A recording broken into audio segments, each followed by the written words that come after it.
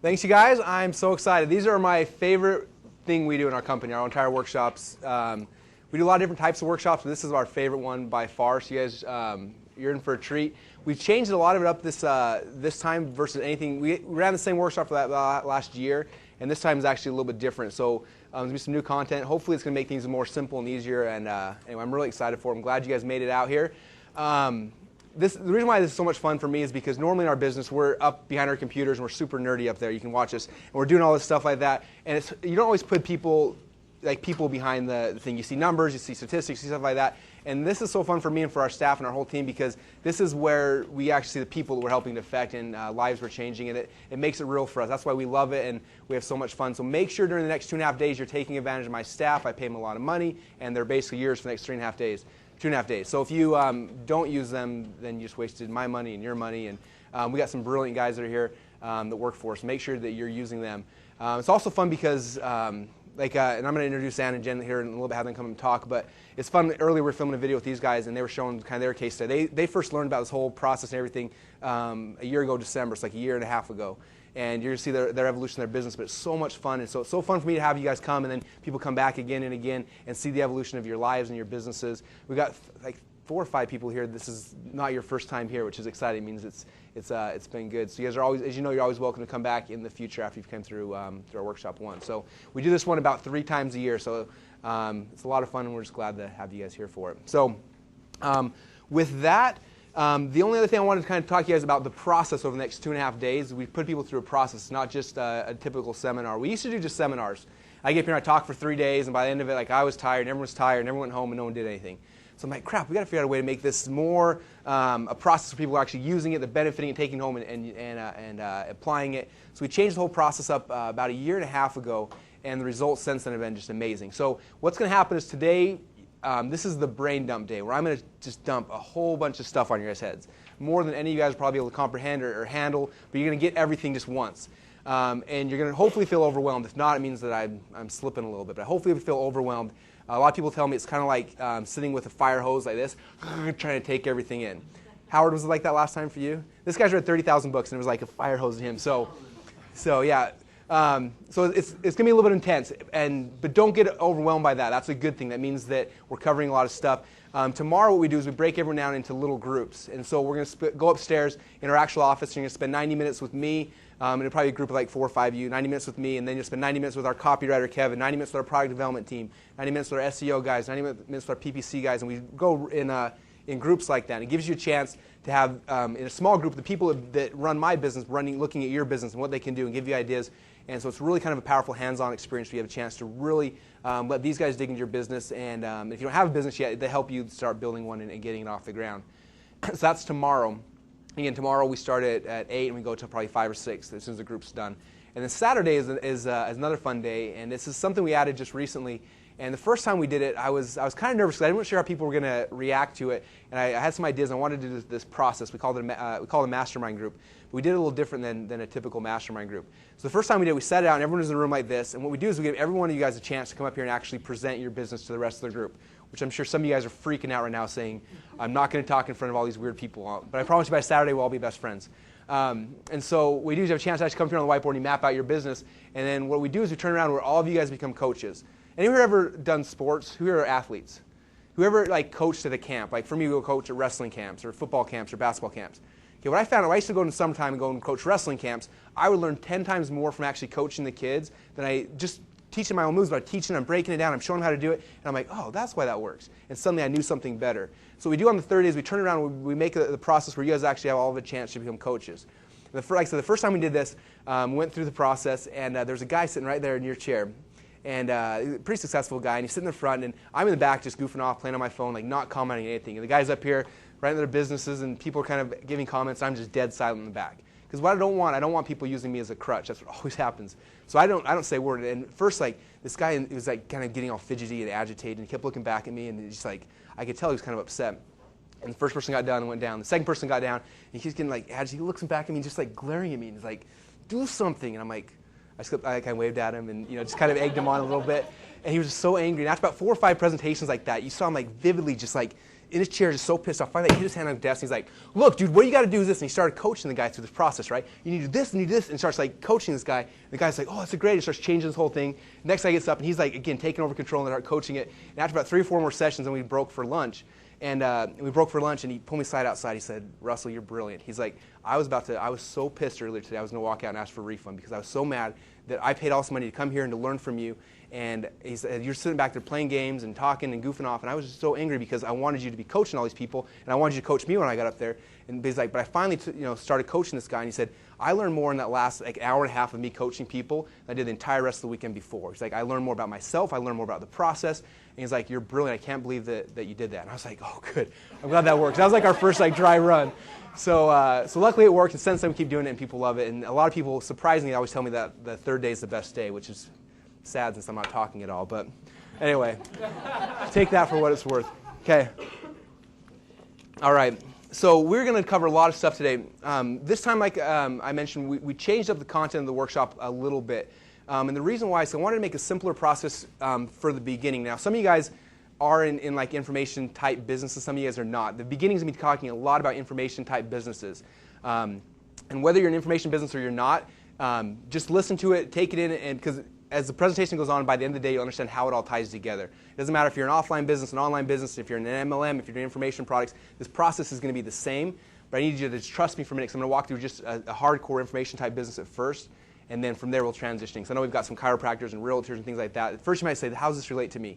But just trust me, and I promise you, we'll go with this ride with me, and at the end of it, you're going to see how it all flows together. Okay. The first thing I want to do, and normally I have PowerPoint slides, but then I can't really whiteboard. I'm more of a whiteboard guy, so I didn't bring slides today. But I put everything in this book here. So hopefully most of the pictures and the visual thing that I normally show you can see inside the book here. And so what I recommend doing is going through and taking notes while we're going through things in the book. Now, whenever I speak, there's a quote I like to share. And this is from Winston Churchill. He's one of my favorite speakers. The guy is just, if you've listened or read the stuff that he's done, it's just amazing. But this is one of my favorite quotes, and it's called Your Finest Hour. He says, to every man there comes that special moment when he will be figuratively tapped on the shoulder and offered the chance to do a special thing unique to him. What a tragedy if that moment finds him unprepared or unqualified for that work which could have been his finest hour. The reason I love that quote is because it's speaking to people like me and you that are actually here learning this stuff. Okay, all of us are out here trying to figure something out. All of us have something inside of us that we can make money with, but second off, we can actually affect somebody else's life. And what a tragedy if you've got something inside you could change somebody else's life and you don't have the ability or the know-how to get out there and help that person. Okay, whenever I talk about business, the reason why I love business so much is not because of all the money it makes. That part's really fun, I'm not going to lie. I enjoy the money, love that part of it. But the reason why I like business is because of the other things that happen because of it. Because it has the ability to change people's lives. In whatever industry, whatever it is you're selling, you can change people's lives, literally. And if you believe that, it's going to help you as long term.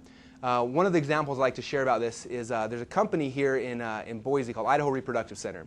And they're just a typical company. They do their job every day, and it's not a big deal to them. They do their job. Now, for my wife and I, we spent about 2.5 years after we got married trying to have kids. And we kept trying to have kids, and it didn't work. The process was really fun, but the result never actually happened. And it was really frustrating for me. And so after about 2.5 years, we're just like, this isn't working. And so we go to the doctor, and they're like, well, I don't know, try this. And we go home, and they come back in 6 months. Nothing happened, over and over and over again. And just a horrible, horrible process. And anyone who's gone through that, you guys know the pain of that. When everyone you know is pregnant, everyone's getting pregnant, it's just like, it's not a fun thing at all. Really stressful on the marriage and everything. And so anyway, one day my wife was watching Oprah. And she's watching Oprah, and all of a sudden I get a call. Oh my gosh, I'm watching this guy on Oprah, and he runs a fertility clinic. And I'm like, oh, that's kind of cool. It's a fertility clinic. She explained, she's like, but guess what? He lives in Boise, Idaho. I'm like, are you serious? Like, yeah. So she's like, I'm going to call him right now. So she calls the guy up, and he wasn't available, but the other doctor, which is a woman, was there. She answers the phone, like, yeah, come on in. So next day we go to Idaho Reproduction Center. We show up. They do a couple tests. They give us some things. I'm not going to explain those. You guys know what those things are if you've been through the process. And month number 1, nothing happened. Month number 2, nothing happened. Month number 3, boom, we got pregnant with twins. And now again, you look at business. Okay, a business like that for them, it's just that's their job. Someone comes in, they hand them the paperwork, they hand them the little cup. That's the process they go through. It's not a big deal for them. But because that company was not just shy and sitting back saying, hey, this is my business. Hopefully people come to me. But those people were actually willing to get out there and market their products and services. And because they did that, because he was willing to go, getting on Oprah is not an easy thing. If anyone's ever tried, it's not an easy thing. He had to work hard, a lot of marketing, a lot of money, a lot of effort to get on Oprah to be able to present his message. But he did that, and because of that, he was able to come back, change my wife's and I's life forever. Okay. Now, speaking of, we've got the twin boys. We have a daughter now that's 3 years old, and my wife is actually about to pop any minute now. That's why I actually have my cell phone up here. Just FYI, this is the warning, so if I have to run out of here. She was 2.5 centimeters dilated yesterday. So if I run out, that's what's happening, and Brent will teach you some stuff about whatever he teaches people about. So that's just FYI. I want to make sure you guys know that. But anyway, so that's why business for me is so important. Now, my role in business is what I love to do, what I'm most passionate about is marketing. And I wish I could go out that I could change the entire world, but I can't. No matter how I try, I cannot change the entire world. But what I can do is because I know how to market stuff, I can come and put on seminars, put on workshops, and teach people how to better market their products and services. And guess what?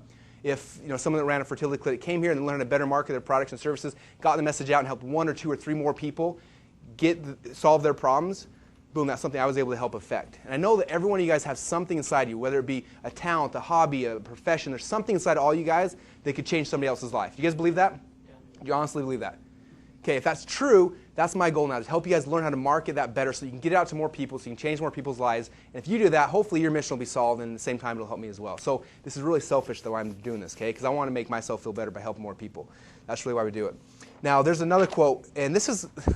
Every time we do workshops like this, I get 1 or 2 people that are just like, well, Russell, I don't want to do that. That's, it's too aggressive. I don't want to. And if you guys follow my marketing, I'm pretty aggressive with our marketing. And there's a quote from Jay Abraham. He says, if you truly believe that what you have is useful and valuable to your clients, then you have a moral obligation to try to serve them in every way possible.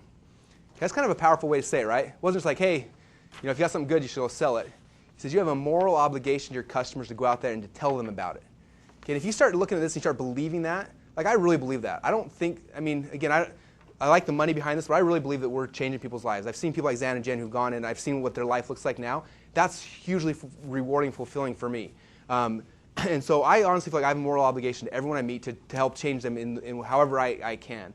And I think it's important for all of us to think about that in our business, to think about it's not just, hey, I'm doing this thing for fun on the side, but I've got a moral obligation to someone. Whose life am I changing? How am I changing life? How am I making their existence here on earth better? And it can be something stupid. It can be something as little as hair bows, which we'll learn about in a minute, or it can be something as big as fertility. But it doesn't matter. You're changing people's lives. So you're giving people happiness. You're giving them hope. You're giving them something that changes their life, and that's what this whole business is about. So there's my rant at the very beginning. That this isn't just about making money. I'm sure some of you guys are here because you want to make some money, which is fun. And that's how we keep scoring this game, but that's not the purpose of business or anything. And if it is, I'm going to talk about your push motives and your pull motives here in a minute. But if your goal, whole purpose of being here is to make money, you're not going to go very far. I've seen it over and over and over again. You do not go far when your purpose is to make money. If your purpose is to help someone or change someone, whatever it might be, that's what is a pull strategy. It's going to pull you to what you want to do, and that's what gets people to actually be successful in this business. Okay, we see people come through here all the time, year after year. We see people who leave and become really successful, and those who don't. And that's the difference. The people who are leaving, who are not successful, are usually the ones who are like, I need to make some money. I need to make some money.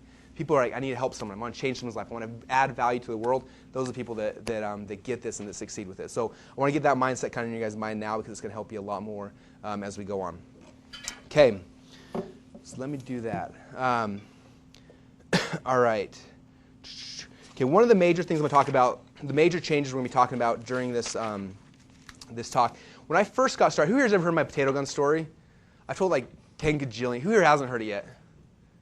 Okay, got 1 or 2. Okay, I'm sure you'll hear it eventually this weekend. But actually, I know I cover it later. But when I first got started online, I was creating a bunch of software programs and making some money doing that. That was how I first got started. It was doing really well. And I started making some information products, and it was kind of getting it down and having some fun with it, making some money. But about the time, 2 guys came out with a course, a guy named Frank Kern and a guy named Ed Dale. Anyone heard of those guys? Have you guys heard of them? Really great marketers. And they launched this course called the Underachiever Formula. It was about how to become a complete underachiever and make a whole bunch of money. And I went through that course, and that was actually how I thought, what's an underachiever product I can create? And it was how to make a potato gun. That was my first product and got it out there. Now, Frank and Ed, they launched that course, and they sold it for like a day and a half. They shut it down. This was 6 years ago, and they've never launched it since. So for the last 2 years, I've been actively pursuing them to buy the brand from them because I love the brand, I love the concept, love everything about it. And we just recently signed the contract where we just bought the brand Underachiever. So because of that, we're teaching, the first section is going to be teaching Underachiever because it's such an easier process to go through to getting your business up and running. So I'm going to talk a lot about Underachievers. That's where the foundation of it comes from.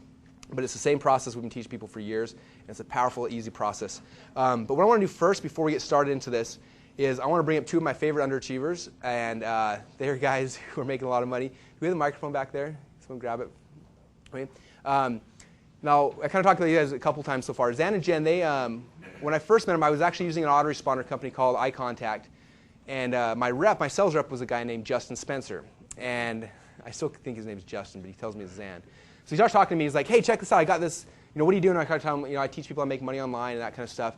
And he's like, "Oh, cool. Check out my website I made." And he shows me his site. He spent like $8,000 building the site, and it like had all these like things on it. And I looked at it and I was just like, "Wow." And he's like, "Yeah, I think could your stuff help me market that?" I'm like, "Well, yeah, but man, that seems like a lot of work." I was like, there's other stuff we do that's a lot easier than that. He's just like, "Well, I have this mission. I want to help people be more healthy," and all the good stuff he was doing. But anyway, a couple months later, we came back and we were talking again. And I said, "Hey, we're doing this coaching program. It's an online. It's a free thing. Just show up to it, and we're going to do a big contest. And the winner of it gets a Corvette at the end of it." And we'd already been doing it for like a month or so. And he's like, "Well, is it too late to win the Corvette?" I'm like, "No, jump on in. Just try out." We had over 80,000 people sign up for the contest to be part of it. And it was like, I don't know, 12 or 18 weeks. It seemed like forever. It sucked to fulfill, just in case you guys are curious. Fulfillment's always the worst part. You guys will learn about it as business. Fulfilling's the worst part. But anyway, so we're going through this process, and they come up to speed, and they start building this thing. And they flew to one of our workshops, and he showed me this niche. And he showed me a niche, and I was just like, "That's a horrible idea. Like, there's no way on earth you will make money with that idea." And he's like, "No, I swear, I did the research." And I'm like, "Nobody will buy that. Just please try something else." And he was so stubborn. He's like, "It's going to work. It's going to work." I'm like, "Fine. I'll just mark you off as another person who didn't listen to me." And he went home and made it work. And you guys will see the numbers here in a second. But I just did an amazing job with a niche that I didn't think was possible. So that's one thing. If I tell you something's not going to work, don't always believe me. I'm usually right. I was wrong on that one. But if you do the research right, and the numbers will tell you what works and what doesn't work. They went through, though, and went through the process. And they ended up winning the contest. Now, what was cool about it, we had 6 finalists in the contest. And Brent and I went out. We flew to, we were in Atlanta, Florida, yeah, speaking of seminars. Something we were doing in Florida. Anyway, yeah, we called back. Anyway, we were supposed to go and deliver it. We told all the finalists, "Hey, we're going to drop by your house and actually deliver the Corvette to whoever the winner is." We actually only called them and we didn't tell anybody else. We just told them because we knew they won. And so anyway, we get to the place. We go to the Corvette dealership, pull the Corvette. I'm driving around, like, so much fun, cruising around on it. And then we got our address. We drive to their house, the address. We go knock on the door, and it's the wrong house. And I'm like, crap, like, we're all got video cameras out there. We got a big bow on the car. And we're like, "Surprise, who are you guys?" Like, anyway, so that was the whole process we go through, right? So we're like, "Well, crap, how are we going to, we want to surprise them. Like, how are we going to find out where they live?" So I called Lindsay, my assistant, who you guys, if you haven't met yet, you'll meet her tomorrow. Today, I called her. I was like, "Can we need their address? But I don't want you to ruin the surprise." So I'm like, "Call them up and tell them that they lost. But we have a second place prize, like TV, that we want to mail out to them. We just need their address." And so she calls back like 5 minutes later. She's like, "Oh, they are devastated. Like, I think he was crying. Like, he was like set on winning." And so I'm like, "Okay, what's the address?" We get the address, put in the GPS, and we're like flying. I got the guy who would buy the Corvette from the car. He's sitting there like, "Slow down." I'm like, "Are you kidding me?" And I'm flying through, like, having so much fun. We get to his house, and I come in, and we're trying to lay in this complex. We're trying to find where they're going through. I'm going through all these like, little like doorways and things like that in the complex. And I walk through, and all of a sudden I see Jen out there with some garbage cans, like just sulking at this, pulling them up, and she looks up and she's like. And she's like jumping like crazy, and then like runs back and like, Justin. Anyway, or Zan, and it was so much fun. We gave him a Corvette, and anyways, it was awesome. They didn't have a honeymoon when they first got married, so they took the Corvette and they spent 4 months driving around, the whole country. And they came by, spent a couple days here in Boise in their Corvette, and just anyway, great time. But I want them to come right now, and I want them to tell you guys their story. You've seen it from my point of view, but their point of view is obviously different. They went through this process. I want them to share the numbers because I want you guys to see what's possible with this. If you guys see the end goal and you believe in it, you see that this is actually possible, it can happen, it's going to make it 1,000 times easier. If you're like, "Oh, sounds good, Russell's a genius, apparently he can do it," but everyone else, because I want you to see like anyone can do this. And then I want you to talk about like just what you guys do to actually run the business now, because this is the best part. These kind of businesses we're talking about, it gives you the ability to set something up and be able to actually follow your dreams and do what you want to do. So you want to come up and just talk about it for a little bit? Sure. Let's give him a round of applause, get some energy, get him excited.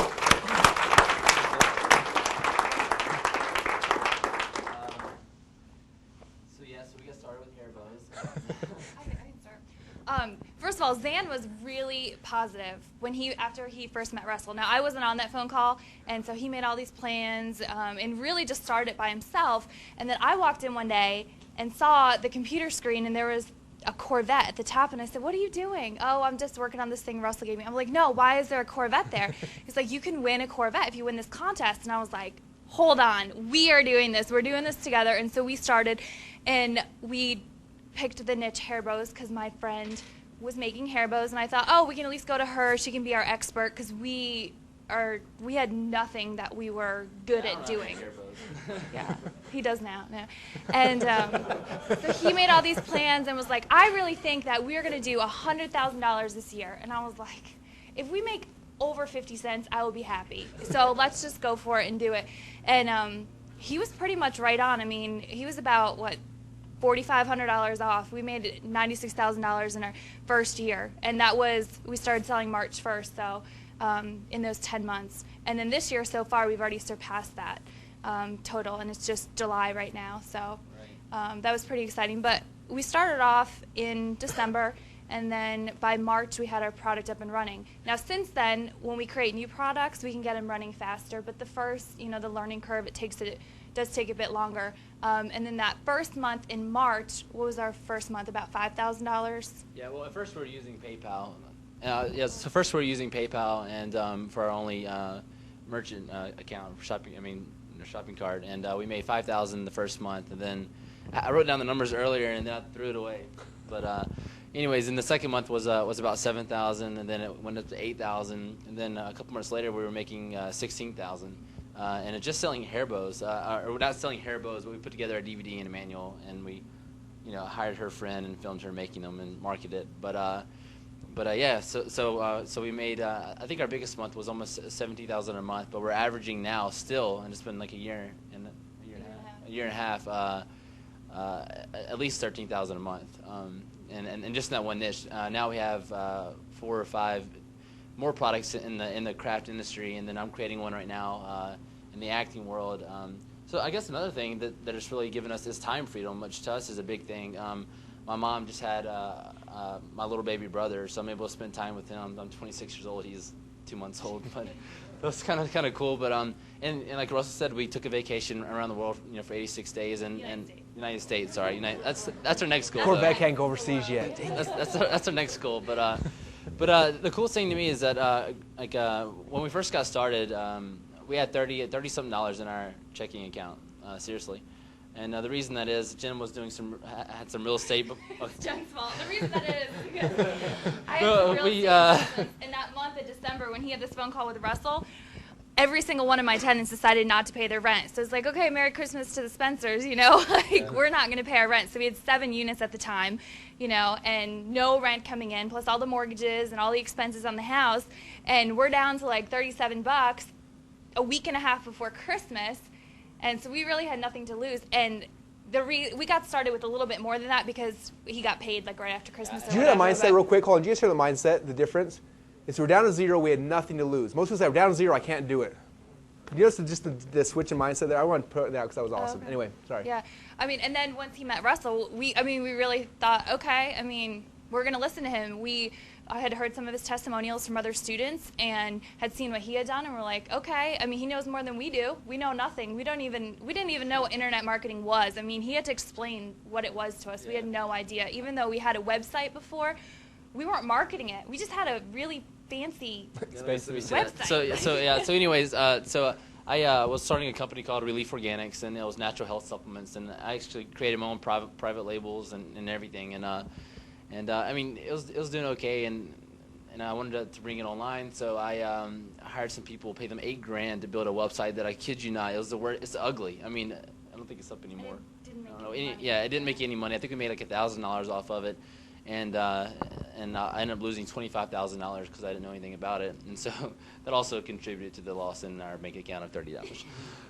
But anyways, I met Russell, and then within a few months we had made all that money back, and as I was saying a moment ago, the time freedom has allowed me to pursue my true passion, which is acting, and so now I'm acting full time, and I've been shooting some commercials. I shot one for Fox Sports recently, and I just recently landed my first lead role in a feature film.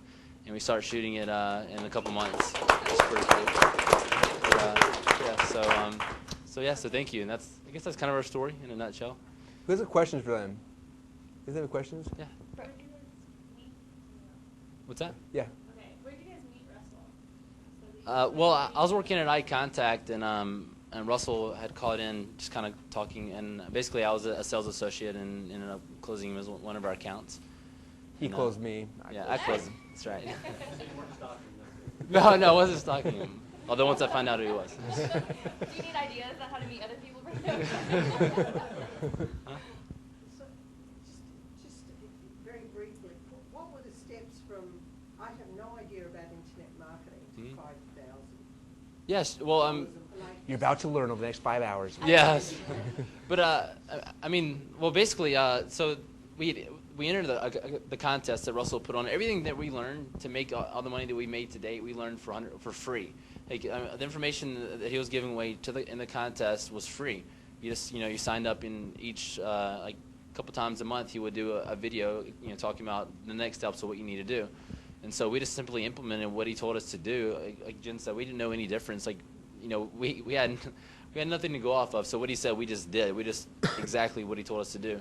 And we put together an Ask campaign, and that's basically like primary research, but on the internet. And you can get, like if you were going to sell a product, you could say, hey, what's your biggest question about XYZ? For us, it was about how to make hair bows. And within a few days, we had like 150 plus responses, people, and we used that to turn those questions into the actual sales copy, the outline of the sales copy, which he also told us how to do that by taking in those questions. And I mean, it was just a step-by-step process. You covered product creation and all that stuff. So we just followed exactly what he told us to do, step by step. And Probably what you're going to learn today, I would think. Everything that you're so. learning today. And we did that. And so when we first started, we were working. I mean, both Zan and I were both working. I wasn't working a job, so I was probably working on it all day, and he would work after, he got home from work. So we put in a good amount, especially during the contest, because there was a Corvette on the line. I mean, we were working every hour and having a blast. Like, we were newlyweds. We were working together and having a great time. Since then, though, I mean, it slowed down. We work about 15 minutes a day each, and then How much? 15 minutes. Yeah. 1.5? Yeah. Each of us sometimes, or like now he's not doing anything. Yeah, so. She's pretty much taking over the internet marketing. I'm just focused on my acting career, but I am putting together another informational product with my acting coach. So. And then when we get bored, we just create another product and then do it over again. So. Now, when you launched, your second product was the tutus. Talk about, because the first time it took you 3 months to get your first 5,000. Talk about the speed now after you got the system done. Oh, it's like nothing.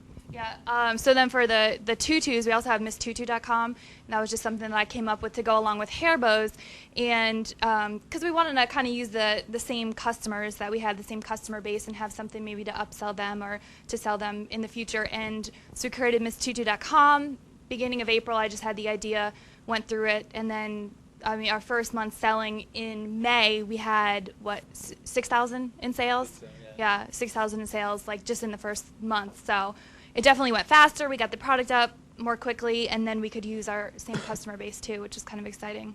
But in the last like 2.5 months, it was like 19,000 off that website. But we have other fun little learnhowtomakeholidaybows.com. We have how to make glass blocks, craft stuff. It works. Would you say that your price point on the hair was it like a premium price point, or was it more like a volume oriented price point? We try to sell a ton of them, or were we more like a premium service? Well, I mean, our price point for that is $27, and we tested out. We actually started, the first one we sold was $67, $57 or $67. So we started, and we sold some there, and we just want to be able to offer it to more people. And honestly, I mean, we don't have a lot of money into it. Just because Russell also showed us how to do that correctly, which you'll learn today, like how to price the products, and then how not to have a ton of money caught up into actually producing it and stuff. So we just kind of settled on 27, and we use autoresponders and email marketing stuff to offer sales. So I mean, it's not like we're just giving it away, but it's not a super high price either. Just for our market, that works best. Yeah, we're averaging a month with the hair bows at least 500. We sell 500 courses, yeah, at least a month.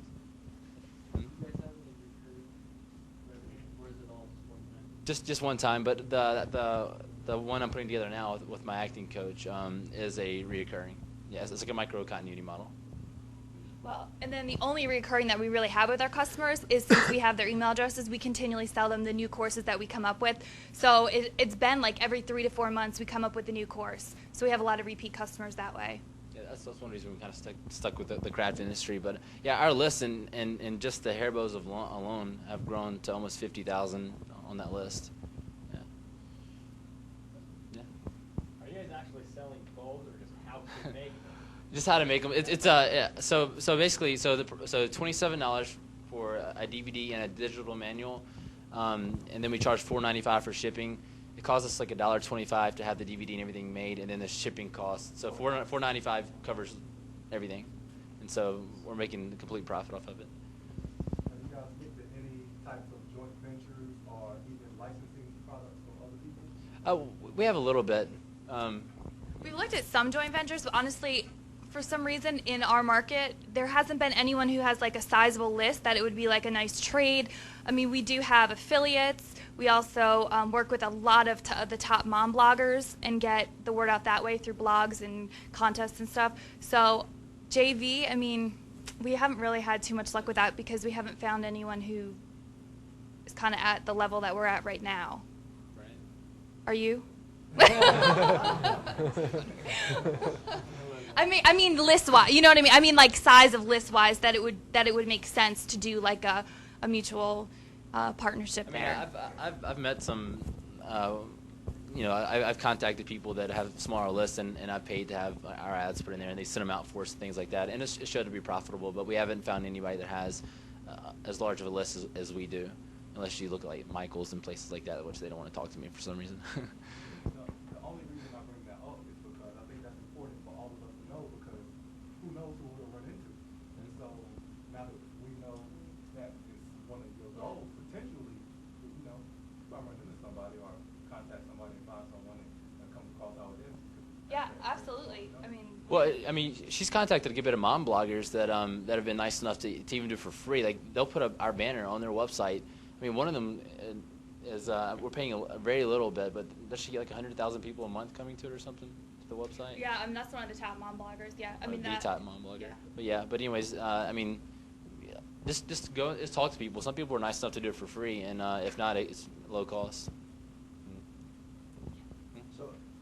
So your $8,000 website, I've seen your Haribo website. I took my wife there. She's a big crafter. Oh, really? And we had heard about what you guys were doing, and that's amazing, because I saw your website, and the video and stuff that was on there was real small, and it was just really simple. And so when you compare what you spent the money on versus this website, I mean, what was that the difference? Was it the simplicity of it that attracted people to it, or? Well, it's a completely different model. Like the model that I had with Relief Organics was more of like a retail site. Like you go to Best Buy to buy a laptop, like that type of setup.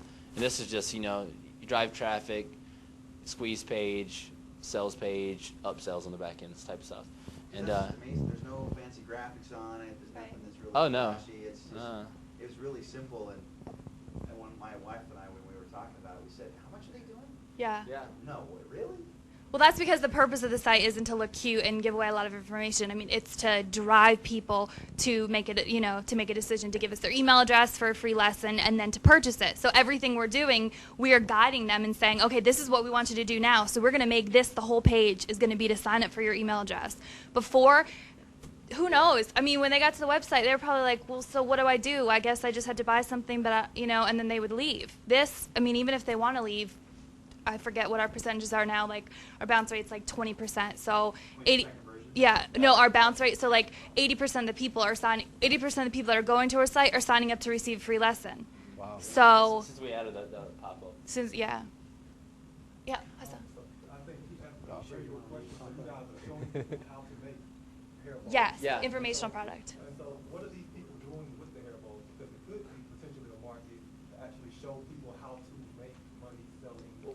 One of our free, one of our bonuses is a ebook that we found online that we paid like $3 for or something like that to PLR. PLR product for them how to start their own craft business, not necessarily bows, but just in general.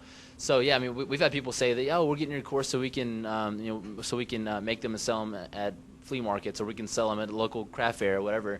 So we've got a huge positive response of people from just from using it to make money as well as just using it and their kids like sending us pictures with their kids smiling and stuff. So I mean, it's something small, but it's rewarding because people are benefiting from it.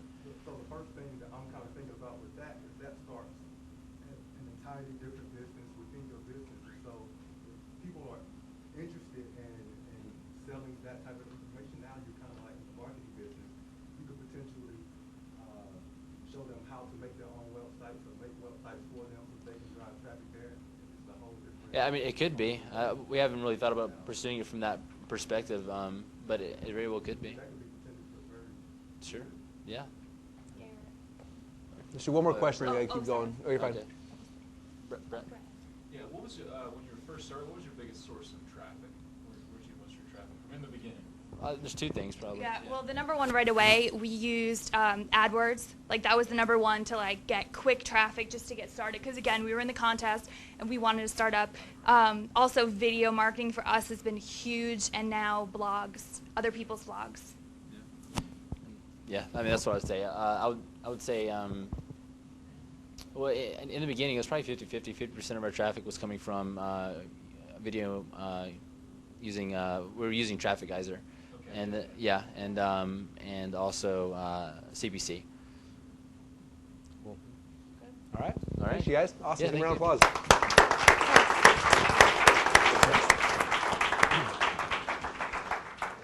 Okay, so does that get you guys excited at all? Hopefully, a couple of you. Okay. So the first year did 96,000, and this 94,000. And this year we're in July, and what are you at right now? It's close to 100. Over 100. Yeah, It's 100. It's about 100, and geez, what was it? I just wrote it down a minute ago. It's over 100. It was like 105 or something. Was it 102 or something? Not bad for 15 minutes of work. Okay. All right, so that's what I've closed. Help you guys do that. Does that sound good? Yes. You all on board? Awesome. Okay. All right. What we're going to start talking about right now, then, we are going to start talking about the Underachiever process, because this is the process they went through with us earlier. Same process I want to take you guys through, okay? If you open your manual, you got page number 11. There's a picture there of a guy named Sam Brennan. Anyone ever heard of Sam Brennan? A couple of you guys? Nobody. Okay. So Sam Brennan, he lived in San Francisco during the gold rush days. And he was a very smart entrepreneur. And what happened is all these people were out there looking for gold. And he said, there's a market there. So what he did is he went around, he went to every single business in San Francisco and bought all the shovels. Took all the shovels back to his shop. So he was the only person in San Francisco with shovels. Then he got a little bit of gold. He walked in downtown streets of San Francisco and said, there's gold in the American River. There's gold in the American River. And guess what people did? Holy crap, there's gold. Let's go dig it. Come on, come on, come on. Where's the shovels at? Where are the shovels at? And they ran over to Sam Brennan's store. They bought all these shovels, went up, started mining for gold. And guess what? Sam Brennan became the first millionaire in San Francisco's history. Okay. There's a very powerful lesson to learn from here. Were Zan and Jen tying bows for people? Or were they selling shovels to people? Okay? Who wants to be tying bows their life? Who wants to be digging for gold all day long? Nobody? None of you guys are digging for... Okay. The moral of this story is that you want to learn about information marketing. That's why it's so powerful, because what we're doing is we're not digging for gold. We are giving people shovels. The shovels is where the money's at. You can replicate. With digging for gold, you're tying time to hours. You're sitting out there, and I'm getting paid $10 an hour, $50 an hour, $100, $1,000 an hour. I don't care how much money you're making. $1,000 an hour, you're trading time for money. As soon as you break out of that mindset and you start looking at information marketing, now you're not limited by time. You can make as much money as you want. They can be spending 15 minutes a day, but their website's up. It's selling for them around the clock, whether they're there, they're not, whether they're in Boise, whether they're traveling in their Corvette. That's the power of what we're going to be talking about during this weekend. Okay, so Sam Brennan is a great story, and information marketing is what we're going to be talking a lot about. Okay, now, the next one I want to talk about is that a lot of people think when we talk about the Underachiever formula, and this whole thing is like that we're talking about being lazy. That's not the goal. The goal of this whole thing is not to be lazy. It's to be able to understand that our goal in life is not to be working for the rest of our lives, right?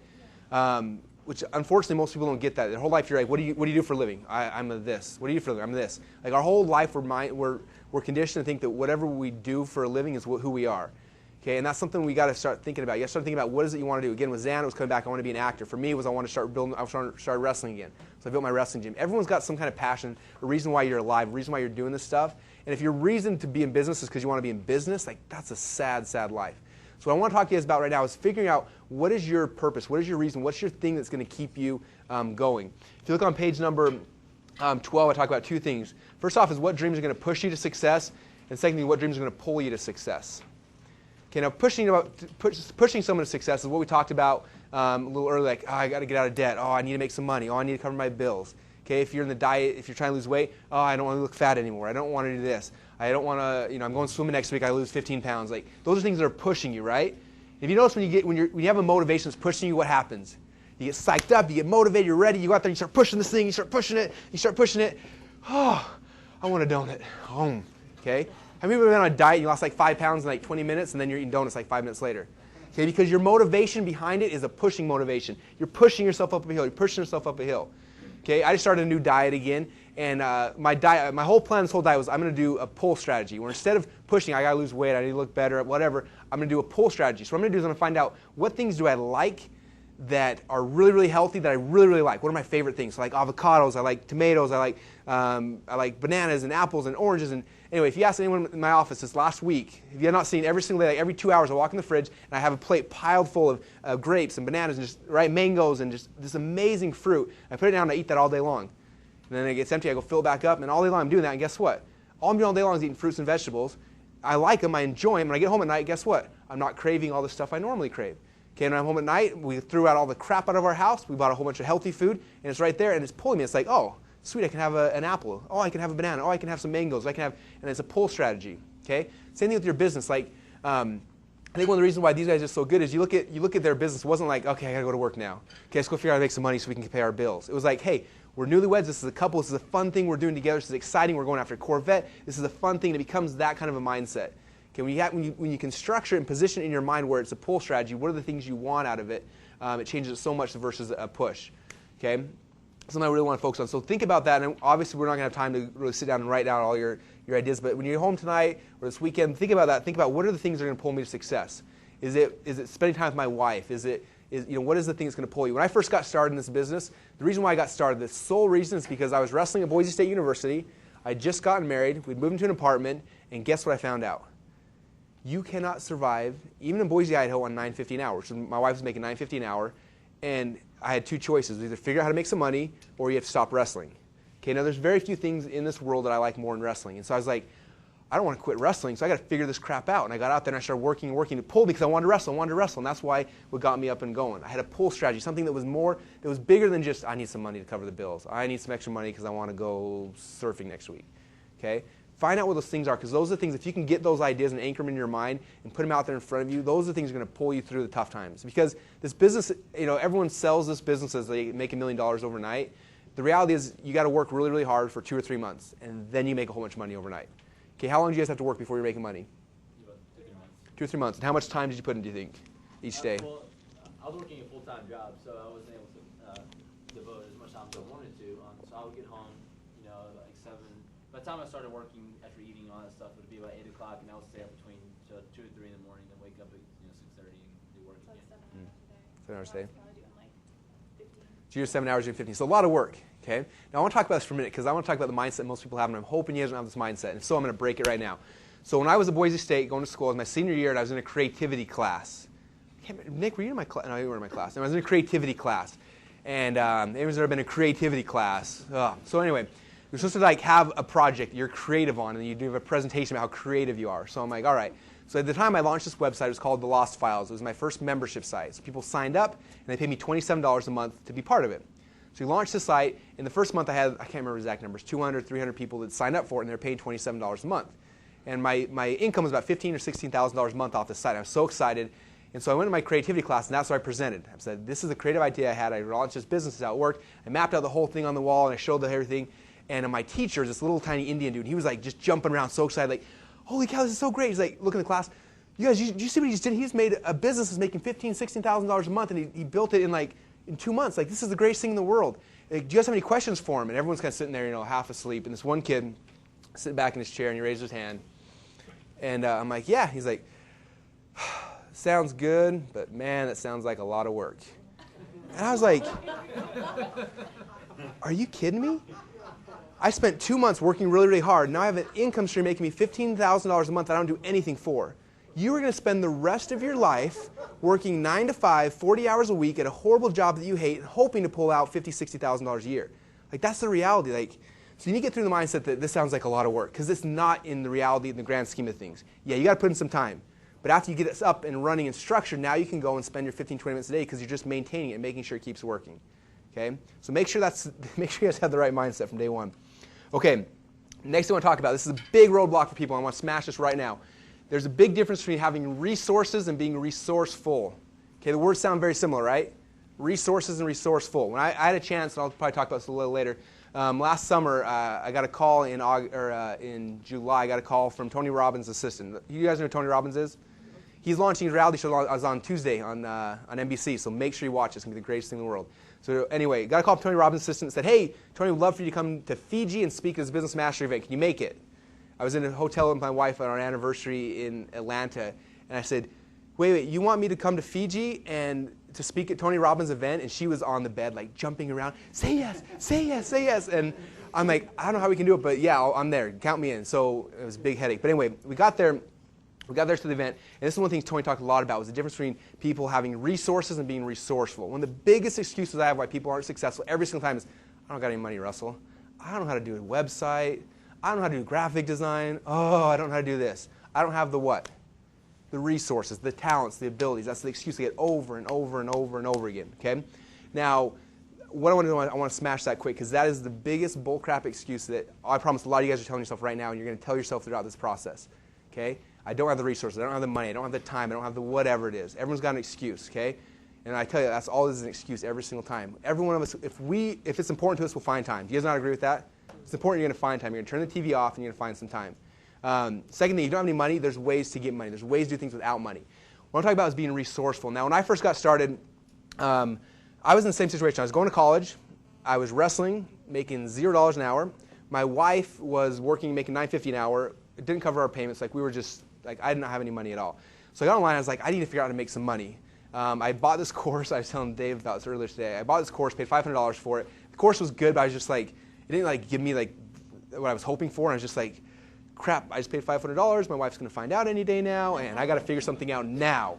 Like, this is like deadline. We got to do it. So I went online, and people who bought this course, they set up a little forum for all the people who had bought this course. I went in the course and said, anyone else out there making money with this thing? And everyone's like, no, you? No, no. I'm like, crap, no one's making money with this thing. I'm screwed.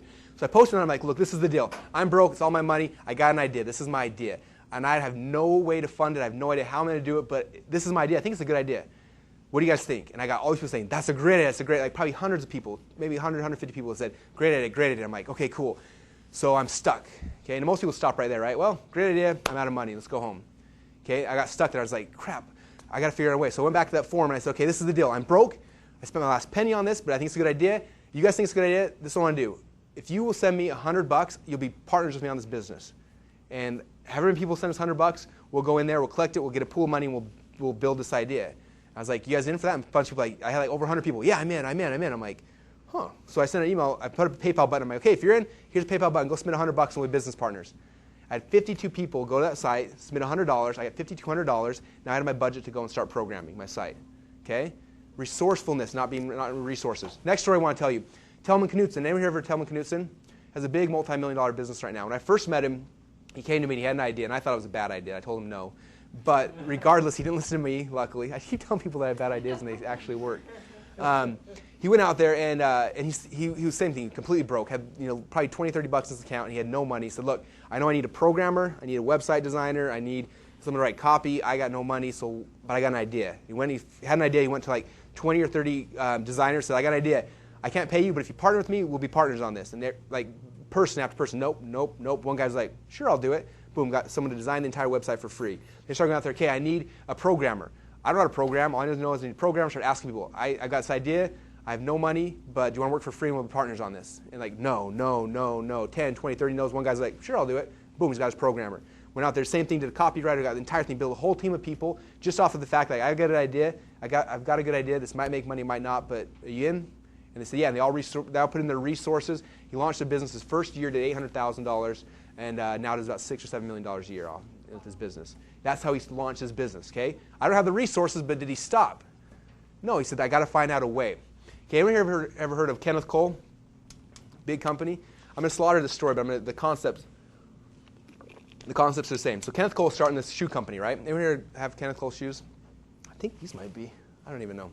Okay, so Kenneth Cole's starting this shoe company, right? And he goes out there and and there's this big like trade show that happens once a year with all like the shoe people come in this thing. He comes in, he's like, I want a booth. And they're like, hey, it's 18 grand for a booth. He's like, well, I don't got enough money for a booth. And he's like, well, what can I do? Okay, now the reality is most people, when you 18 grand for a booth, they're like, crap, I'm out. And they walk away. Maybe next year I'll have money, right? That's when most people stop, right?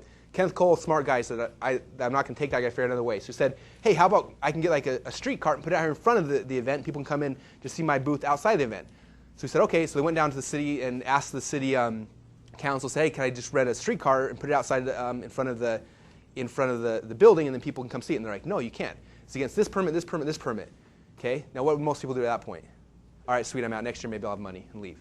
Kenneth Cole wasn't. He was persistent. He came back and said, there's nobody in this city that's allowed to have a streetcar outside. There are. There's only one kind of company that's allowed to have a streetcar, and that's a movie production company. They can have a streetcar in the city. He said, all right, I'll be right back. Walked across the street, walked into a stationery store and said, this is my company name. It's called Kenneth Cole. I need to change it to Kenneth Cole Productions. I need 15 business cards. They printed out 15 business cards, said Kenneth Cole Productions. He walked back across the thing, said, I'm starting, we just launched a new company. It's called Kenneth Cole Productions. We're a movie theater or a movie studio. We're going to be filming a big movie thing here at the thing. And they rolled him a permit. He went and got a 40-foot trailer, put it out right in front of the whole thing. Boom. Sit out in front of this entire shoe convention. He got models to come in and model for free for him, shoes and stuff, acting like it was like a movie theater, had people coming in, and was able to have the biggest booth in the entire thing. And as you know, Kenneth Cole is a huge, huge, huge billion-dollar company right now. Okay? Resources versus resourcefulness. This isn't something we need to ingrain in your guys' brains, because so many times people stop with, I don't got the resources. I don't got the resources. Okay? If you do that, you're going to fail. If you say, look, how can I be resourceful? What can I do? That's how you push through those things and how you can make this work. Okay? Now, next thing. Even with that said, a lot of times you shouldn't get stuck like, well, okay, that's cool, but I don't know what to do. Good news for all you guys here, I don't know how to design a website. I don't know how to do graphic design. I don't know programming. I kind of can do some copywriting a little bit, and that's about my skill set. Okay? But we make millions of dollars a year online. Okay? So that should be good news for you guys. Zan, how good are you designing websites? Yeah. Awesome. He sucks. Okay. So if you guys, who here sucks at designing websites? Who here sucks at designing websites? Okay, you guys have some hope for you then. That's a good thing. Okay, what I found is that most people, they get in this business and they look at it completely wrong. Okay, if you're going to start a construction company, what do? You hire a contractor. The contractor does a million things. Okay, everyone gets into the internet business. Like, okay, I'm in the internet business. I got to learn how to design a website. I got to learn SEO. I got to learn this. And they get in this process. I have to learn everything. Okay, what happens? They keep learning. They learn this. They learn this. And they learn this. And I cannot tell you how many of our students have come through here and they fight me on things. I'm like, this is the way you do it. And they're like, oh, well, I was listening to so and so's blog over here. And he said this, and over here this guy said this. And what about keyword density? And I'm just like, are you freaking kidding me? The one thing that, I don't know if you guys heard this, which was beautiful, is they said, look, all we did is listen to Russell because we followed the system and it worked. Okay, now, I don't care if you listen to me or one of the other gurus. Everyone's got a system that works. Just pick one and stick with it and ignore everybody else, because the worst thing you do is like trying to do 10 different people's things at once. Pick one of them. I don't care if it's me or someone else. Pick one and follow it, because their systems work, but there's going to be there's not always a right or wrong. Sometimes two things can work. Two things can be good. So don't get stuck in that. Anyway. Where was I going with that? Did you guys ever notice, like, I'm so ADD, I'm going to go off on these rants, like here and back and forth. I'm hoping eventually, though, we get to the right destination at the end of this. And if not, then I apologize for wasting your time. Okay. So getting things done.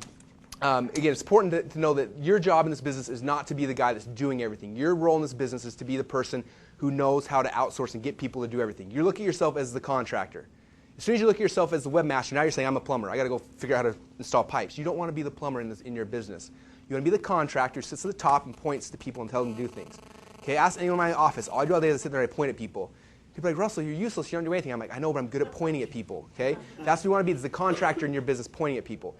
Okay, so you need to find either, again, like tell them to find a team or hire a team, but you're just outsourcing things to get things done. Okay, after today, you're hopefully going to know all the pieces and things you need, but I'm going to show you here on page 13, these are the places you can go to get stuff done for you, okay? Here it says where to get things done. The first one here is WordPress Fusion. This is one of our companies we're launching, where we actually create your website, your squeeze page, your blog for you for about $1,000. So that's one way to do it. Next one is a site called odesk.com. Odesk is an outsourcing site that's really, really powerful. You go in there and you say, hey, I need help setting up my website. I got a website. I don't know anything else. I'm stuck at this point. Please help me. And people come in and say, I'll do it for $50. I'll do it for $20. And you're like, sweet. Here's $20. Go do it. Okay? When I got really good in college, I'm going to tell myself here. I feel bad because I got my college buddies here. So if anyone's curious how I got my stunning 2.1 GPA, let me tell you the secret behind it. I didn't do a lot of I was so busy with wrestling and my business and school, I didn't have time to spend a lot of time doing the actual work. When I found out about sites like Odesk and Scriptlance and Rent-A-Coder, I found out there are people all over the world way smarter than me, people who have written novels and books, and for $100 they'll write an entire English paper for you, better than you could ever dream about. I have programmers. I have a computer information systems degree. Okay, and anyone here thinks I know anything about programming? Okay, I got a degree in it though, which is awesome. But I don't know anything about programming at all. But I had a guy named Doral in Romania I used to hire, and another guy named Cyprian, depending on what type of programming language we were doing, and I'd pay him $20, $30 to do the homework assignment. Teacher would give it to me, I turn it in, I get an A on the homework assignment, I take the test, and I get a D, and guess what that averages out to be? 2.1 GPA. That's the secret to school, okay? So, and I think teachers should actually reward students and people based on that, because in the real world, you seriously, like, if you have an employee and I'm like, hey, I need you to code something, they're like, okay, let me go learn code real quick.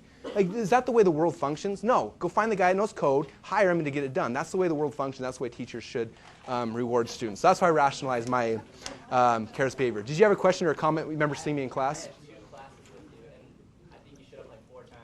And, like, I remember thinking, like, he's doing something, but he kept, progressing up the channel. Like, he never shows up in class. So. He gets A's in all the papers and like F's in all the tests. Well, teachers just pull me aside. They're like, I don't get it. You aced the paper, you failed the test. How does this work? I'm like, I'm a bad test taker. I freak out under pressure. And they're like, all right, I get it. So anyway, okay, so Odesk. 99 Designs, if you need a cool logo created, you go to 99designs.com, you post the thing up there, and you'll get designers from all around the world. And what's cool is just say, it's like a reward system. I'll pay $300 for a cool logo, and you'll get 800 designers from around the world, all design logos, and you pick just the one you want and just pay the one guy. So it's a cool place to get logos done. Craigslist is a great place to hire people. Onlinejobs.ph is where you hire people in the Philippines. Content Divas is traffic services. The main ones you want to know, did I put Scriptlance on here? Scriptlance. Scriptlance and Odesk are my 2 favorite for like everything. So if you get stuck in anytime you're working on this business, you're like, I can't figure out how to do this next thing. That is the key word for you guys to say, okay, I can't figure out how to do the next thing. I'm going to go to Odesk or Scriptlance. I'm going to hire someone to do it for me. Okay? And a lot of times, when I first getting started, like one of the wrestlers who work for us, they're trying to set up a website. He's like, I'm so stuck on this part and this part. And when I used to get stuck, I would go and I literally say, okay, this is the deal.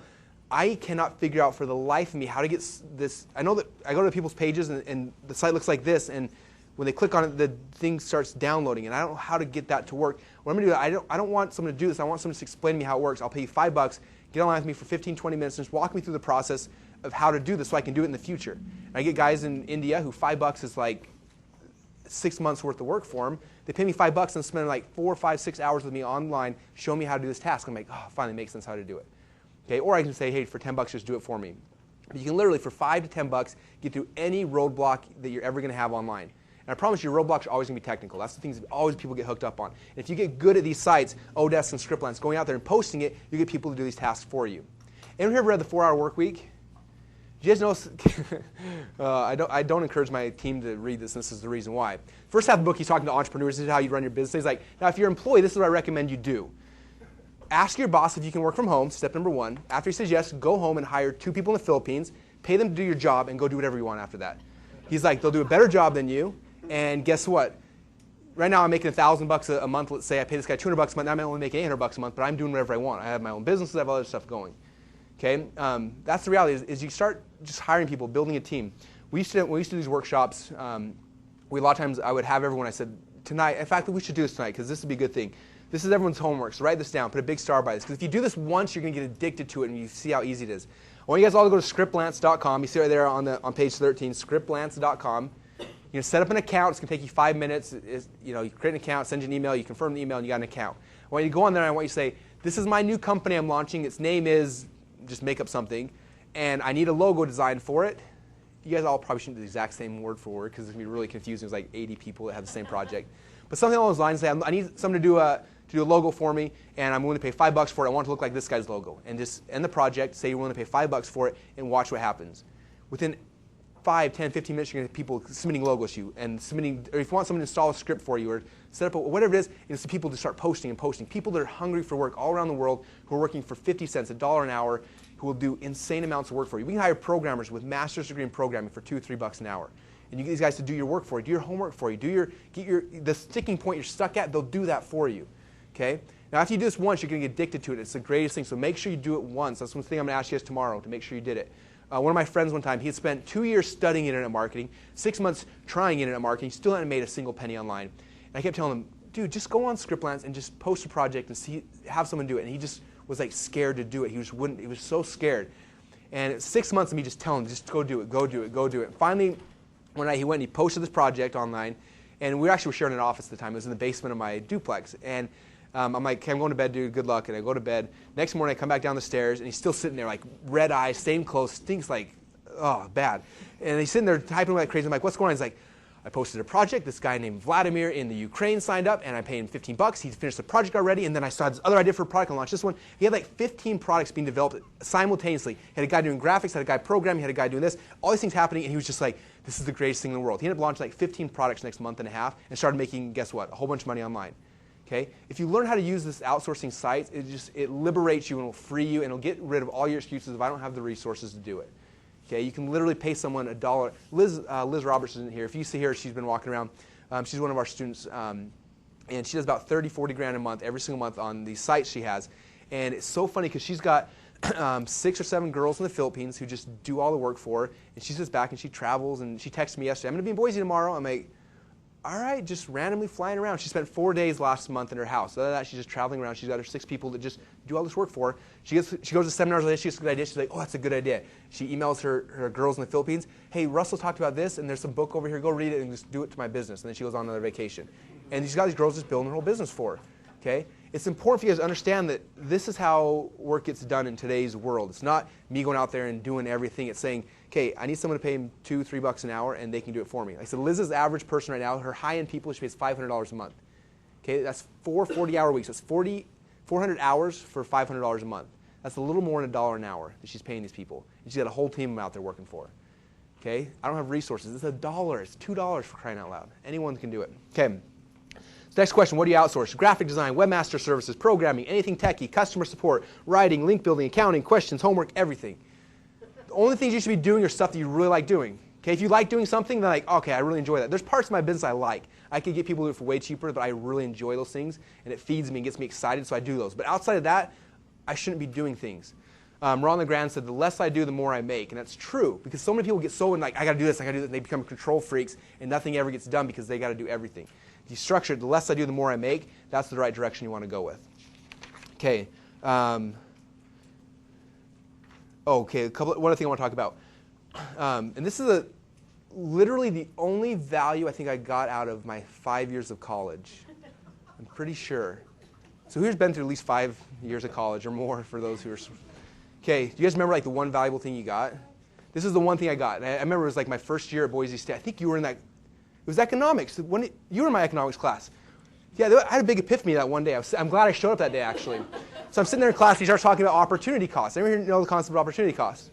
And I'm sitting there first, I'm just kind of paying attention. All of a sudden, like, the light bulb goes off my head. And he said, opportunity cost. The opportunity cost is the cost.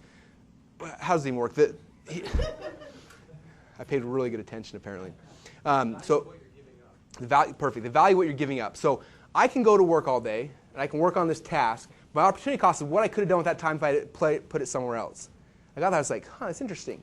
So I first built this business first time, and this is before I learned about outsourcing. I went and I said, okay, I need a cool website, and I saw this guy had a cool website, so I went and I found some graphic design software, and I set it up, and then I started like trying to do graphic design. Then I went and found images, and I bought these images, and I'm trying, and like literally probably 5-6 days of time I spent, and I built this banner. I'm like, oh, this is awesome! Look at my banner, and it was ugly as sin first off, but I was really proud because I spent so much time with it. And I remember I put it out there, and then I went online and I started looking for people for some examples of banners. I found this guy's site, and he created my whole. It was like a header graphic, and for $100 he would do your entire header graphic, your e-cover, like everything else. It was $100 or $97, and I was like, huh. And I don't have $97, but again, something else I did behind my wife's back. I went and I got the $97, and I for the same site I just designed. I was like, I want to see if he can do better than me because I'm pretty good. I thought I was pretty good. Paid this guy $97. He came back within like an hour and a half, and the entire site me, boom, and it was like the most beautiful, amazing thing in the world. I was like, crap, that's awesome. And I started thinking, I started calculating in my head. I said, okay, I spent 3 days on that, probably 12 to 15 hours a day. So let's say it's 15 hours a day times 3. That's 45 hours I spent on that. Now let's just say that I value my time at minimum wage, which is what now, $6 an hour, $7 an hour. Okay, $7 an hour. Let's say I value my time at minimum wage. So $7 an hour took me 45 hours. How much money did that cost me to do? What's 45 times 7? Who's our mathematicians? What was it? $315. So $315, if I was paying myself minimum wage, is what it cost me to design my banner. Plus the opportunity cost of all the crap I could have been doing during that time. Okay? I thought, this guy paid $97 in an hour. It came back 10 times better than I could ever dream of doing it, and it was done. And I had that. It was my big aha moment. Like, dang, this is so stupid that I am so tied into this. And I know so many of my friends and family members who get tied in this where they're just like they have rental properties, and they're making a lot of money on rental properties. But guess what? They go and mow the lawns themselves. I'm like, dude, you can pay a kid $20 to mow the lawn. Why are you mowing the lawn? Well, I got to mow the lawn because I want to make sure it looks good. Pay the guy $30. He's going to make it look just shiny. Like, think about the value of your time. Most people do not put a value on the time. So I want to go through an exercise real quick. It's a very simple exercise. First thing I need to think about is, what do you personally value your time at? Now, if you've got a job right now, it's really easy to figure out a number, because what is your employer paying you? If they're paying you $10 an hour, then your time is valued at $10 an hour. That's the value you're putting on it right now, because that's what you're trading for right now. Okay, if you're making $100 an hour, making $1,000, everyone's got a dollar amount in your head. So figure out real quick, when you write down what's the dollar amount in your head, what do you value your time at? If you valued $1 million, but someone's paying you $100 for it, put $100 down. What's the actual value of your time right now? Okay, let's write that down. Think about it for a second here.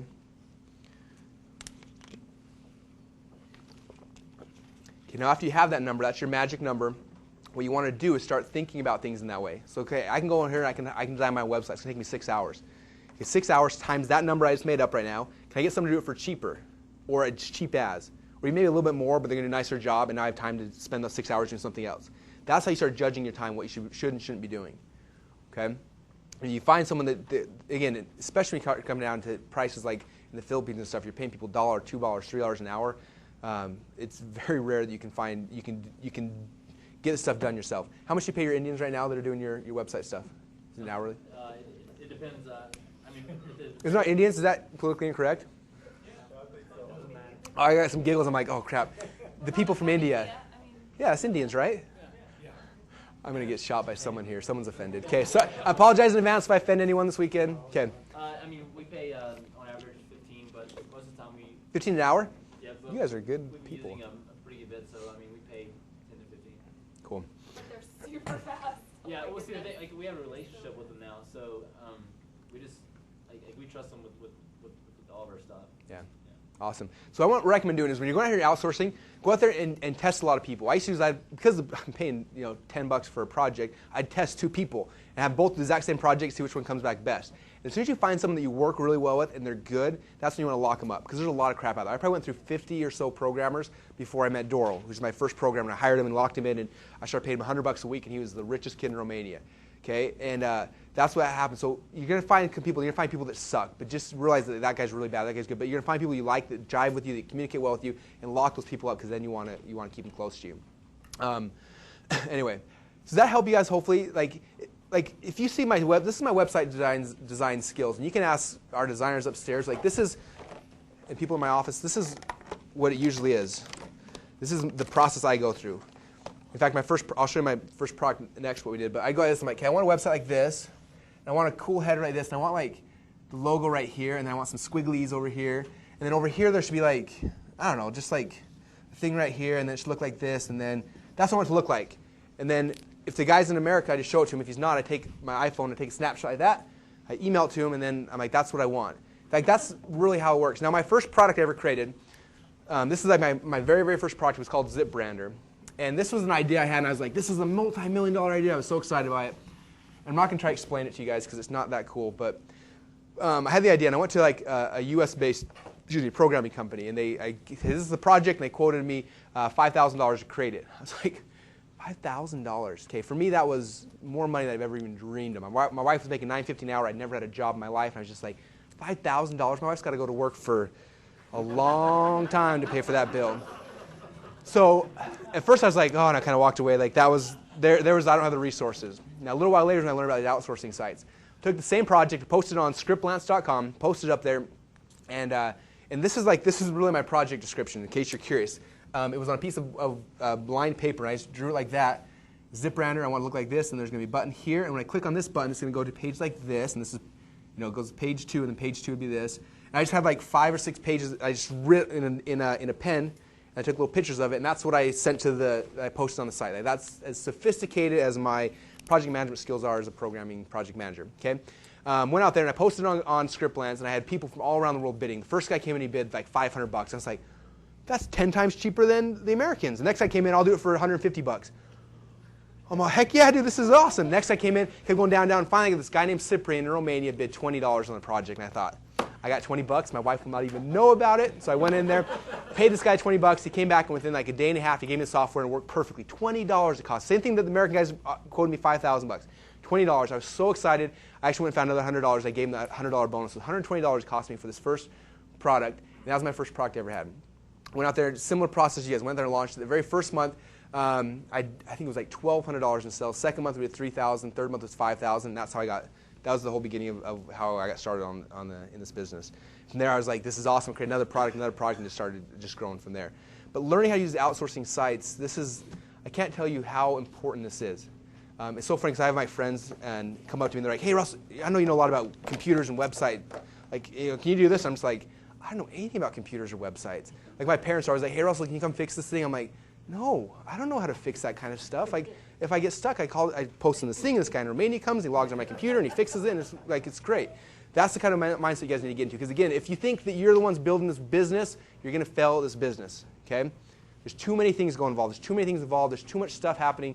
Don't look at that. All you need to do, your goal here as the entrepreneur, you guys are the entrepreneurs in your business. Your goal is to say, look, this is the vision. This is what needs to happen. And you need to understand how it works, but you don't need to be able to do it. You need to be able to understand it so I can say, okay, guy over here, I need a graphic. First thing I need, like you guys know the process now. They've been through this process. They know I need a website template. Boom, they pay $100, the website template. Now I need copy. This is the process. Now I need this. And they walk through this process and they know it. We outsourced everything. Yeah. The whole process. Yeah, I mean, yeah. Awesome. I You mean, did nothing. Even the knowledge of it. I mean, we don't have any airbus. We even outsource that to. Yeah, you can outsource the actual product development. Perfect case study. Perfect example. Okay? But that's, I don't know, I just, if you guys understand and start testing and start doing that, that's the process to be successful with this business. Any questions about outsourcing at all? Yeah. Could you make a list of people you've worked with on outsourcing that work well? Because I know there's some that don't, some that do, and it would help to have a list of the ones that worked out right. I hired all those guys, though. All the good ones, I lock them up. If they're good, I've never had success like with a company, really. I always find like just one-off individuals through Scriptlands and Odesk. And as soon as I find them good, I just offer them a job. I give them an offer that's or they say, what's the Godfather say? An offer they can't refuse. I said for Doro it was $100 a week, and he was just like, yeah. And I'm like, $100 a week? I can afford that. And I had my own full-time programmer with a master's degree in programming working for me. How nice is that when it's 2 in the morning and you're like, I can't figure this out. You text him, hey dude, can you do this? You're like, oh sure. Boom, done in 2 seconds. Like, biggest headaches off your plate, $100 a week. Like, it's literally how this whole business works. So what I want to recommend you guys doing is going out there and start trying to find your team of people. Because again, you're not going to be the person that does all this stuff. I've got 2 or 3 designers I really like, and I always hire for all my projects now.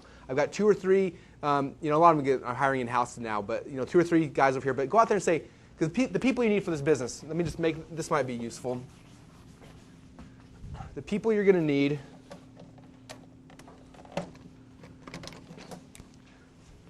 First thing you need is someone who is like a designer. A designer, they make things look really, really pretty. Now, a lot of people get the designers and programmers confused. 2 completely different mindsets. Right brain, left brain. And I was frustrated. I hired Doral. I'm like, he did the program side. I'm like, hey, it works. Now make it look good. And he's like, it is broken in Romania. I think he was cursing at me. I'm like, make it look how good this guy said. Make it look like that. And he's just like, I don't know how to do it. I got numbers. I know algorithms. Like, that's what I'm good at. And I was so frustrated. And finally, I realized that it's a different mindset. Right brain, left brain. So designer, really good at designing stuff. They make it look really, really good. Second person is a programmer. This is the techie, nerdy guys, and you all know who I'm talking about, who can make all this stuff actually happen and put together. Okay? And then you need someone here who's usually creative, which can be writing copy, all the other stuff we're going to talk about, the creative type person. And a lot of times, it seems like entrepreneurs a lot of times take that role. So if you're in your business, like you're the business owner, but like you are going to become one of your own employees. Like, where do you, and if you're a designer, I can't be a designer, I need to get a programmer and an entrepreneur in here, someone to be creative. When I was at Tony's event, he went through this process and made me kind of laugh. It was like a 4 or 5 hour long process he did with all these big business people making tens of millions of dollars. And he sat down in this process, he said basically there's 3 types of people in the business. There's the artist, there is the entrepreneur, and there's the manager. He said the problem is that everyone who owns their own business, they think they're the entrepreneur, but the reality is most of us are not the entrepreneur. But we think we are because, hey, I'm starting a business. I'm an entrepreneur. Okay, but there's different mindsets and different ways people function. He said, you need to understand there's, again, an artist, an entrepreneur, and a manager. He went through this whole process trying to get everyone to understand who they were, what role they should be playing in their own business. People were crying. If you've ever been to Tony Robbins, people were crying. It's like this big emotional deal.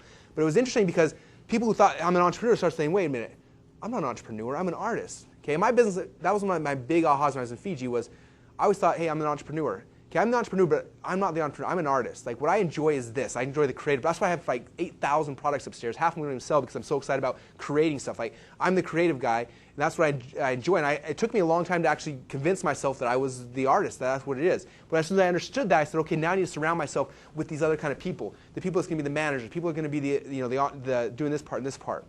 Okay, it's very important for you to understand what your talents and your weaknesses are. If you know that, it's easier now. You just surround yourself with people who fill all the gaps. Okay? Okay, so as I said, I'd go and try to find a designer or programmer. And again, the way I do is by doing little mini tests. Okay, I need a logo design. Go to one of these sites, get a logo design. If it looks good, hire the person. Not pay them the $5 and find someone else. Have a simple programming thing. Say, I need someone to go on my website and put up a little script that if someone types the name, click submit, it emails me what they submitted. And boom, now you test a couple guys out. You pay them $5, $10. Now you say, this guy, I like the way he works. I really get along with this guy. This guy's horrible. You know what I mean? But it makes the process sped up. Okay. All right. Okay, now let's jump into more. Any other question about outsourcing before I move on? Okay. Does that get you guys excited, hopefully? Hopefully, my goal with that is hopefully help take off some of the shackles of like, crap, this is really cool, but man, there's a lot of work to do. Like, if you take off those shackles and start focusing, okay, what's my idea? Who do I need? Where's my team? What do I need to do? And again, it could be, I need to pay this guy, or I have no money. Let me partner with this guy and give him a percentage of what I make off it. Or, whatever it is like that. Okay, now I want to talk you guys through about, if you start on page 14, we're going to walk you guys through the process of getting a successful Underachiever style website up. Okay?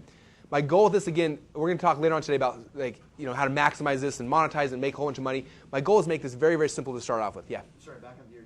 How would you outsource like doing an Ask campaign? I have no idea how to do anything like that. If you got an idea, you think it's a good idea, but if it's anything like a lot of the ideas I've had, it's in my own mind, it was the greatest idea, but for everybody else, it was just like, whatever. I'll walk you through the process of how to do an Ask campaign, and that might help. So we'll see. If not, then re-ask it after. Okay, so again, this is the process anyone should be going through when they're starting their web business. And again, if you're an MLM guy, if you're a chiropractor or a realtor, I'm going to talk to you after this how info products tie into all of those. But this is how to create a basic info product. Okay, there's a 3-step formula on page number 14. And most people do this backwards. The reason why Zan and Jen are successful is because they did this the right way. Okay? Step number 1, find a hot market. I cannot tell you how many of these meetings I've sat through where people come in and they're so excited about this thing that they're so excited about, and I'm just like, well, I did what I did with these guys, but they haven't done research. They do the research and they're like, I don't know, I feel bad. I'm not going to tell the person's name, but they came through and they're really excited about selling how to camp stuff to Scoutmasters. Okay, that was the marketing. He was so excited because he was a Scoutmaster, and he was so excited because this is the process. And he was so excited about it. He was blinded by everything else because he was so excited this product was going to be good. Okay, the first step in this process, you need to find out if the market's actually hot. I'm going to talk about the process, do that here in a minute, but that's the first step. Step number 2, again, these guys did this perfectly. You don't go say, okay, this market's hot, I'm making a product, go. You need to find out what the market wants. This will make your job so much easier if you know what they want before you sell them something. We always work backwards in our minds, unfortunately. We're always like, hey, this is the market. This is what they want to buy. And you build it, and you're like, buy this crap. And they're like, no, I don't want it. And you're like, so find out. Step number 2, again, find out what they want. And then step number 3 is very simple. Give it to them. Does that sound difficult to anybody here? Zan and Jen, let me tell you the process they went through. They found a market. Hair bows is really, really good. Here's all the data. I think we make 6 figures a year off it. This is a hot market. Step number 2, they set up a campaign. I'm going to talk about an Ask campaign. They asked people, what do you guys want? People came back and said, we want this, we want this, we want this, we want this, we want this. They said, awesome, awesome, awesome, awesome. Went to their neighbor. They want this. Here's the video camera. Go. And then she talked about it. Now they just created what these people want. She comes back. Here you go. That's what you wanted. Okay. Who here is like people that like their manager over employees? Okay. I guess all the time I'm like, hey, this is what I need. They're like, oh, yeah, that's what I do. Like, okay. It pisses me off because they're lying to you. Like this one guy used to work for us, and I'm like, I need a guy that can do this, this, this, and this for me. He's like, that's what I do. I'm perfect at that. I'm like, wow, that's weird that every qualification I need is exactly what you're best at person in the world. I hired him, unfortunately, and anyway, long story after that. But he's no longer here with us. But that's what you want to become in this. People are like, I want this, this, this, and this. You're like, sweet, I got it. Here you go. If you do that, holy cow, how much easier that to sell somebody. If you're like, you want this? I got it. You really do. Okay, I'm going to buy it. Okay, so this is the process. So I'm going to go through my potato gun niche just so you guys can see it. So page number 15, I went to a site. I was learning about the Underachiever process, and I went to find out of potato guns. Now, the backstory was spring break, and my buddy Nate Plone and I, we were actually out. All of our buddies are spring break. They went down to like Vegas and did the whole Vegas party thing. And me and Nate were the only two guys on the team that were married, and both our wives were supporting us. So we were at home while our wives were at work, like going like, crap, what do we do now this whole week during spring break? So we're sitting around, and he's like, dude, I got an idea. Let's make a potato gun. I'm like, all right, let's do it. And so we went online. We started searching to make a potato gun. We spent the whole spring break making potato guns, going out and shooting them, having so much fun.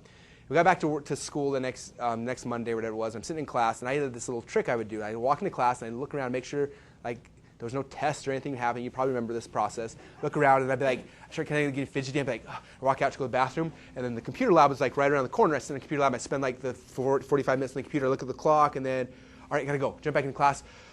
Whew, class over. Walk out the door, and I was done. It was like the perfect system. So I'm doing that. I'm in the computer lab checking stuff out, and I type in. I go to. It used to be called Overture. There's a new one now called Word. Well, if you go to the URL there at the bottom of page 15, you can go and do this. You go to freekeywords.wordtracker.com.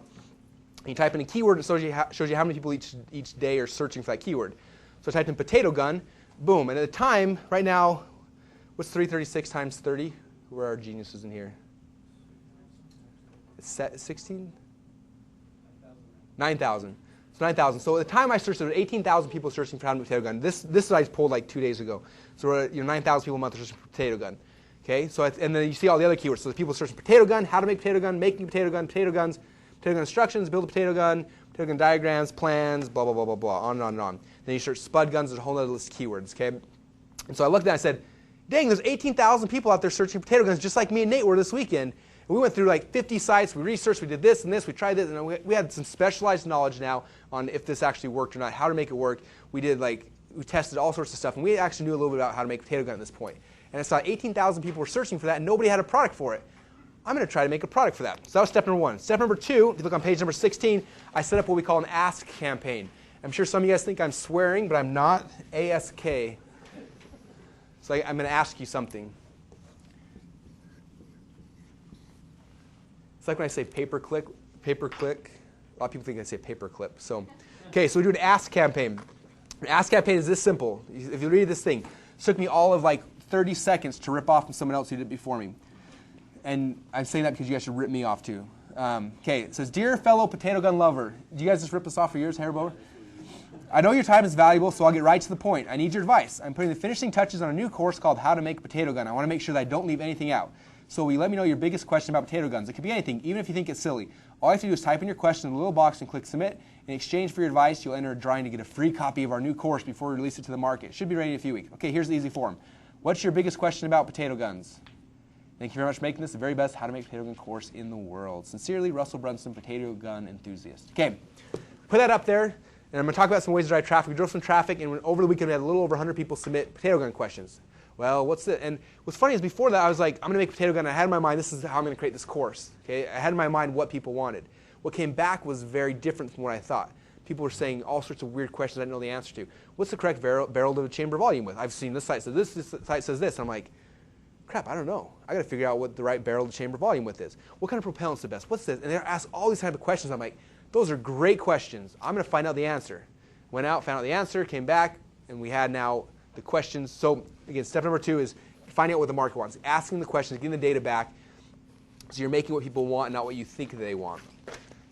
Step number 3, we give it to them. And I'm going to talk here in a minute about, I'm going to go in a little bit deeper about each of these steps of the process here in a minute, so don't worry, I'm going to dig a lot deeper. But basically for this one, we took the outline, we took all the questions, we did the research, found the answers to all the questions. As you see in the picture here, we snuck into Boise State on a Saturday. And if you ever try to sneak into Boise State with like a bag of pipes and potatoes, like we're sneaking in, we bust in this, and there's a classroom like this, a really big classroom. And Lindsay was actually, she snuck in with us. It was like her first week on the job. Like, this is how great of an employer I am. We snuck down, and she's got her little handycam video, and she's holding it. And we came up, and it was a big, huge whiteboard. And so we wrote down all the mathematical formulas on the whiteboard right here. And then we stood right here, and the video camera focused right here. And we looked like rocket scientists. I'm up here. Well, the correct barrel of the chamber, you want pi r squared times the derivative of, and we're like mapping out all these like huge complicated formulas. And seriously, if you watch the DVD, like I look so smart. And I'm just copying from the board right here. And we sat there with a Handycam camera. You hear like Lindsay, when she zooms in and out, it like clicks, like horrible quality. Created the first product, and that was how to make a potato gun. Okay, really, really fun. Okay, now let's dig into all three of those steps a lot deeper. So on page number 18, we're going to go into how to find a hot market. There's a process we go through. So what is a potato? Well, funny you should ask. Let me draw a diagram for you. We're actually shooting. We're doing a promotional video yesterday. So we had the potato gun here. We were out in the field yesterday shooting a bunch of potatoes. But they are made out of PVC pipe. You start with a pipe about yay big, about a 4-inch pipe like this, a PVC pipe. Then you take a connector that goes from here down to here and here, and then you take like a 2-inch pipe, and it ends up being like 6 feet long. And there is, in case you want the course, there's a ratio of the width, the length. Anyway, it's a big mathematical formula I can teach you. Anyway, so this is the potato gun, right?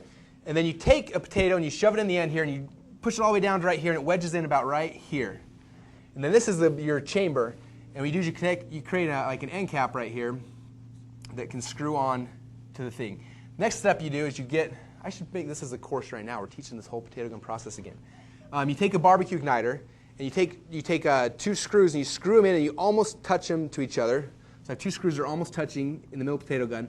And I hook the barbecue igniter, hook the wire here, and they come down, and there's a little barbecue igniter here with a little button. And when I click on this, it makes a little spark jump from here to here.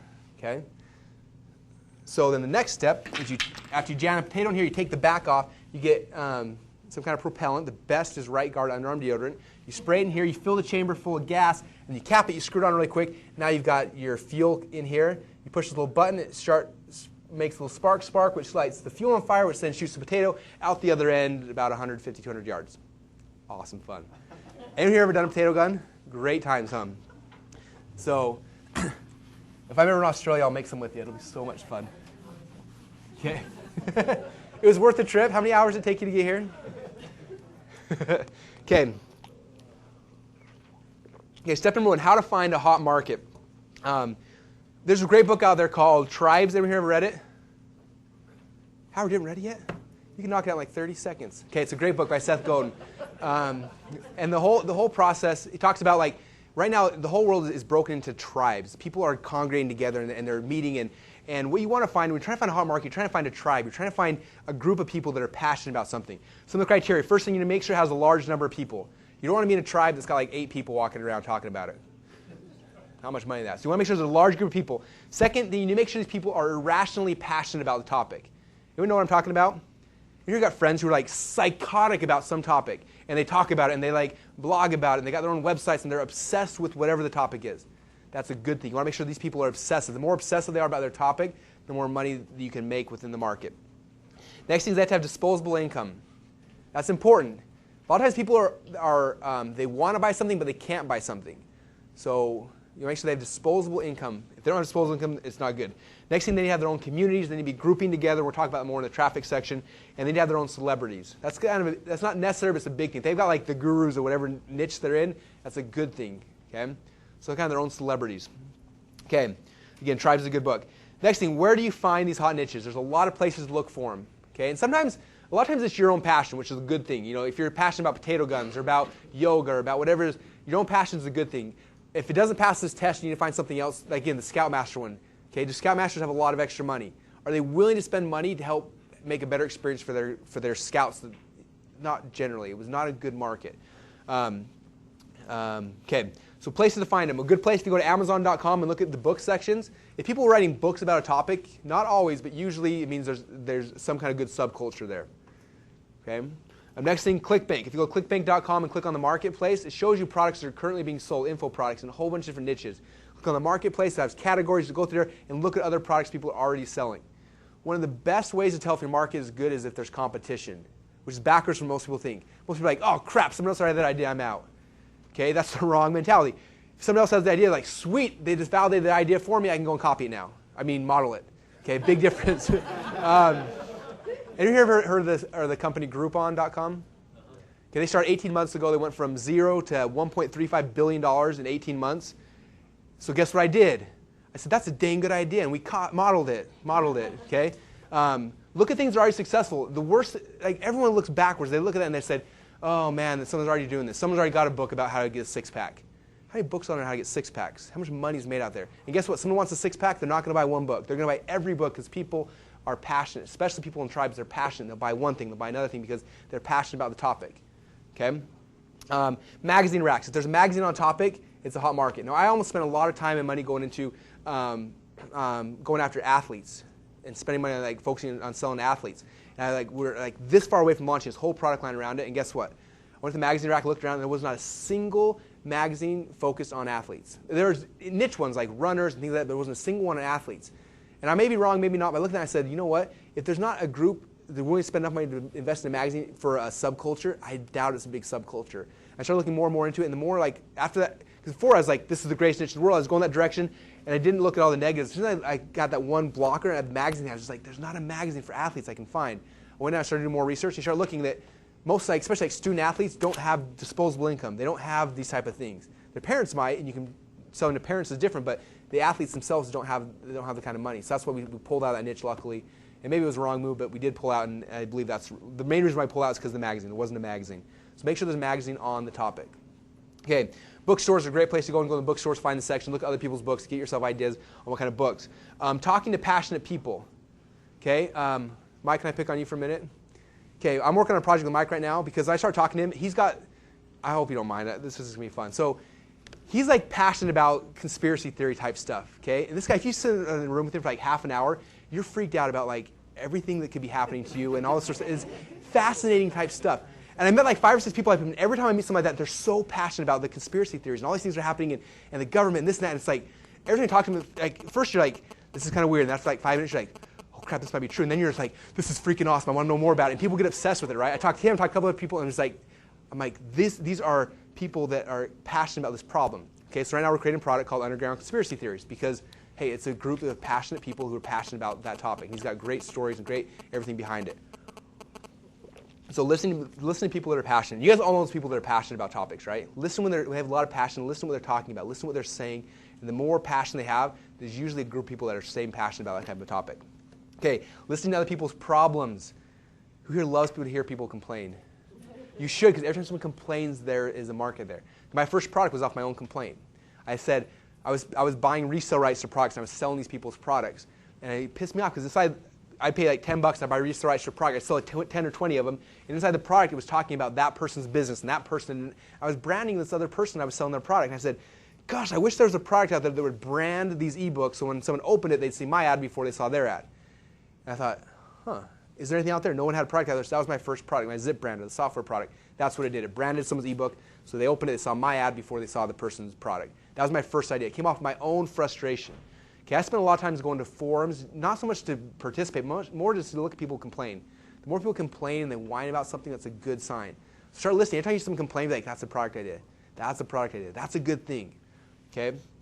So turn complaints into products. Watching TV is a great way. Look in your spam filters. You guys ever watch your spam filters? I spend probably more hours each day in my spam filter than I do in my inbox for a couple reasons. First off, because it gives me product ideas. Second off, it gives me ideas on headlines, on topics, on so much stuff. Because people who are spending that much money to spam you, those people know what they're doing. Okay, I was down in Florida, and one of my buddies, Rich Sheffrin, owns his company has $10 to $15 million a year. It was a nice house. And then there's Michael Masterson, who's the owner of Agora Publishing, which is a huge, I don't know how much Agora, $300-400 million a year company. We drove down. I said, "Hey, this is Michael Masterson's house. Beautiful house." I was like, "Dang, that's a big house." We drove down like half a block down, and all of a sudden I saw these big hotels. I was like, "Dang, those are some huge hotels." He's like, "Those aren't hotels." I'm like, "What are those?" He's like, "Those are people's houses." I'm like, "Who freaking lives in a house?" I mean, okay, Michael Masterson, $300 million a year. That's his house. That's a big house. This house is like 18 times bigger. I'm like, "Who lives in those houses?" He's like, "Oh, the spammers. They live in those houses." And I'm like, "Crap." Okay, that means something. If you understand that. The spam, as far as like research for marketing, spammers are one of the best people out there. They're getting emails sent to you. They're testing niches. They're testing headlines. They're testing from names. They're testing so many elements that you don't even know about. I've met a lot of spammers lately and become friends with them, and it's amazing how much data and how much effort they put into that. And so if they're getting into your spam filter, it's a good market research to watch what they're doing. Going to Word Tracker and looking for keywords is good, and also looking for paid ads. People are paying for ads. That means there's probably something behind it. Otherwise, they're just big, dumb companies with a lot of money. But people paying for ads could be a good niche to go after. Okay, that's the first thing. Second thing, after you kind of figure out your market, here's some market filters to make sure you're going the right thing. First off, if you figure out this market's going to be good, first thing to do is go to Word Tracker. And there are a lot of more advanced keyword tools, but Word Tracker is like your simple, easy, it's free. It's a good one. So go to Word Tracker, which is freekeywords.wordtracker.com. It's there on the page. And look to see how many people are searching for the topic. Okay, the lowest I'll ever go after is about 10,000 searches a month. Okay, when you do keywords, it's going to show you how many searches are a day. So take that daily and times it by 30, and you got your month. Okay, if it's under 10,000, it's probably not worth even trying to go after. The community of the herd is too small. Okay, with the sweet spot is usually between 30 and 50,000 up to above is kind of more your sweet spot. 30,000 is like a good sized niche. 50,000, 100,000, it starts getting bigger and bigger. So that's kind of the gauge we're looking for, 30 to 50,000 people. Okay, question number two, the next filter is, are members of this market willing and able to pay for information related to this area? Okay, two important words, willing and able. A lot of people are willing, but they're just not able. Other people are able, they're just not willing. You need both of those words there. Yeah, Garrett. That's not just for one keyword, right? That's for... I usually try the core keyword off it. Like potato guns, we're looking at 9,000, 10,000, so it's not a big market. If you took all the data, if you took all spud gun and everything else, you'd be probably closer to 30,000. But that's what you're talking about, right? The whole... I'm looking more like the first 2 or 3 major keywords. So, yeah. Okay, so willing and able is a big piece of that. Okay, so here's some questions. If you go on page number 20, got 5 other questions here. Question number 2A, does the typical member of your target market have a credit card? It's important. We had a student who came through last time, and he's actually luckily making a lot of money. He doesn't own a dog, but he saw the dog training niche was really good, so he hired someone to make a dog training product. Tried to sell in America, and there's too much competition. Failed at it. But he's Spanish or Portuguese. I don't know what it was. Portuguese. Transcribed the whole product into Portuguese. Started selling it. And the first problem he had is that people didn't have credit cards where he was selling it to. And he go through this whole process. Finally got it online. But do you remember he's doing a lot, like 20, 30 grand a month off this one How to Train Your Dog ebooks. And the best thing is he doesn't have a dog. I love it. So anyway, but that was one of the things he had was initially people didn't have credit cards. So he had to change a bunch of stuff and get it to the right country and things like that to make it work. But make sure they have credit cards. Next thing, do they have disposable income? Okay. Everyone here know Kevin Trudeau? I know he screwed over one of my close friends in the room once. Kevin came out with a book called, he has like health cures they don't want you to know about, and diet cures, and he came out with one called debt cures they don't want you to know about. Okay, and we worked really close with the people who were the back-end call center for that, and they were running on TV, and they were making a ton of money on the front end. Everyone wanted to buy that book. But they called them on the phone to try to sell them high-end coaching programs and stuff like that. And I asked them, like, how did it go? And they said, and their word for me, they said, there's never been a customer so predisposed to not have money in the history of the world as the Kevin Trudeau Debt Cures lead. None of those people have money. They're all in debt. That's why they bought the $2 book. They can't buy a $10,000 coaching program. Okay, so the debt market's good if you're doing other things, but if you're selling info products not to do debt, it's probably not a good market. Those people don't have money. That's why they're in debt. Anyway, okay.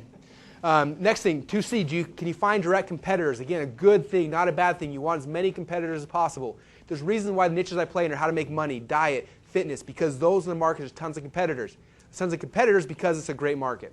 Okay. Next thing, okay, can you find 4 other products that are being sold to your target market? That's question number 4.